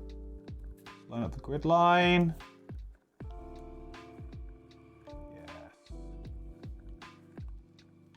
Oh, I think I put it did I put it too far over? Yeah, it needs to be further down. Ooh, stick.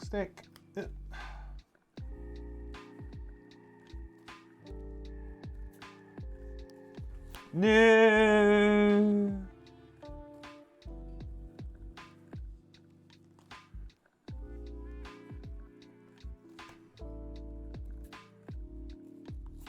There it is. That's the one.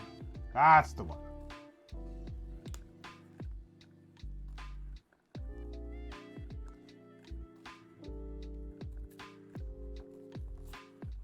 Beautiful.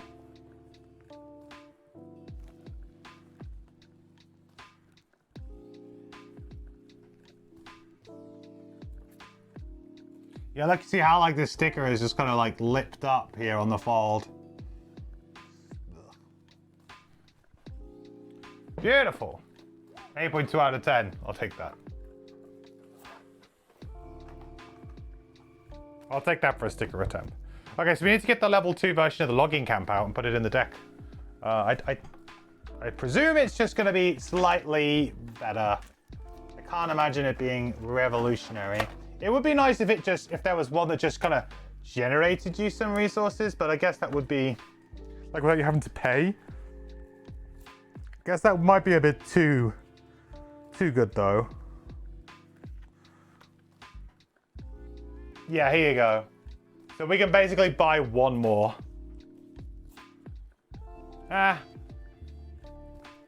We can now buy up to 2 wood for 2 gold each. Wow.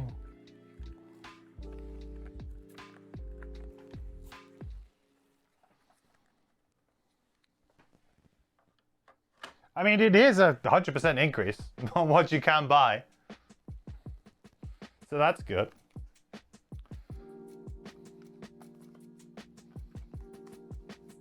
But not having any gold means I'm probably not going to use it very much. We need to gamble on how long sticker sessions take for me. Well, it takes me a while, but I'm happy with that though. Finally, Crystal Enclosure is done, everyone. We can move on.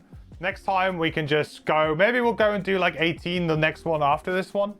I'm pretty happy to go do that, I think. Just see how things go. Much better showing for both the characters. I think Trap had a really great scenario again, and we used our positioning even better. And I was really happy with that. I feel like on Void Wraith, we still haven't really found like the exact like key to unlocking it yet. I feel like we're kind of we see like little flashes of it. We got a couple of Banes off in this scenario for the first time, which we haven't really been able to do before because we've been too busy like kind of backtracking. But we actually found some good opportunities to put Banes on. We did it and it worked really, really well. So I feel like that's positive. We can build on that. So next time we can try and nail that in a little bit more of a cleaner way. Try and plan for it a little bit more and make sure that we're actually nailing it on the turns that we want to nail it on, rather than kind of a couple of times we kind of fell into it. I'd like it to be more of a purposeful thing where we just kind of got it and we knew that we were playing to it in like a round or two. But also we had that really explosive end of the scenario as well. So it goes to show that the character is pretty strong, or can be quite strong. We can do stuff with it. We just, it can be a powerhouse. You just need that kind of like flurry of action towards the end. Certainly not something that you can start with, but yeah, really good. So I was very happy, much happier with how the characters performed today. Again, I feel like that particular scenario is just a horrible scenario for certain parties, very RNG dependent. Maybe when you're playing at 3-player, it might not be quite as bad, because even if the enemy does something a little bit annoying, perhaps there's 3 of you, you can kind of shoulder the burden. It just felt for me like it was incredibly hard with 2-player with the people that I had. Don't know what the hell that is. Go away. So yeah, we weren't getting very lucky with our flips, so we were getting bad RNG over and over and over again. And eventually in that scenario, that last final play, we had pretty good, and we played to our final strengths. It kind of clicked together. Everything kind of clicked. So that's good. Yeah, I don't want to I know that scenario with certain characters will be pretty easy. And if you have a tank, I think you're going to do fine. What's becoming more and more kind of clear to me is that just Frosthaven is just not a great game for 2 mercenaries. We had problems with our previous party, and I would actually say that party was probably a little bit more balanced in terms of what they could do. We were lacking a lot in control, but we had so much heal and just outright damage that we kind of could get through most scenarios without too much of a problem. But we even struggled with that particular scenario, and I feel like it's becoming more and more clear that in Frosthaven, 2 mercenaries is not the way to go. And that's probably to do with the complexity of the characters, and also this, the linearity of a lot of the characters, the lack of control across the board, and also just how linear some characters are and the way they want to attack the game. They have a very specific plan, and that plan kind of doesn't always happen at 2-player, but can do at 3, because at 3 you can buy a little bit of time, or you can, like I say, you can shoulder the burden a bit better. And and prosperity, don't forget the prosperity. I think I gave myself the prosperity, didn't I? I think I did.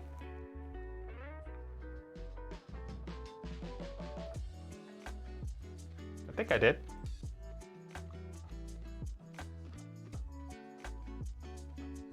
Yeah, I did. Which is why I said, hey, we're only 4 away. Yeah, so anyway, let's onwards and upwards now with these characters. Much better showing. Excited to play them again. Excited to see what we get at level 3. And we've now got some better items. Be really good to get perks going. Perks is going to be a huge thing here, I think. Boring perks still the best. Yeah, Mayo, I think that is kind of the key here. I can't be drawing -1s when I'm attacking for 2 or 3 fairly regularly. When I was playing the Drifter and I was still attacking for 5, it was okay, well, I'm attacking for 5, -1 is 4. That's still, a lot of damage. But when I was attacking for 2 and 3 into stuff that had shield 1 and 2, those -1s really killed me. They really did. They made it very hard for me. So I think we need to improve that attack modifier deck ASAP for sure. But yeah, really, really good. See if some XP is missing. Yeah, I'll also check that. I'll also check to see if we're missing a little bit of XP from the last session we did of this. So we might be missing 10 or so XP from each character. So that won't give us the level up though. We're still quite a ways away from that. We're probably at least 2 scenarios before we hit level 3. Probably. Unless we get some sort of big XP scenario, or potentially we get some kind of road event or something that might give us some extra along the way. But we'll probably come up pretty close after 1, but I think it's probably going to be about 2. And then we'll see how we go. All right. So, I think that'll be the end of today's stream. So thank you all so much for watching, and thank you for suffering through this scenario with me. I very much appreciate the moral support that you guys have given me for this one. And it's been a long road, but I'm glad we finally got it. So thank you all so much for tuning in, and the people on YouTube who might be watching this as well. Thanks so much for watching many hours of me trying this scenario, and we're finally through it. So awesome. I'm very happy. I think so. Yeah. Oh, Scout that's the blessing from Jam. Yeah. That's the blessing from. Isaac, at this point, can we get your approval to add an additional attack modifier deck for allies in the digital?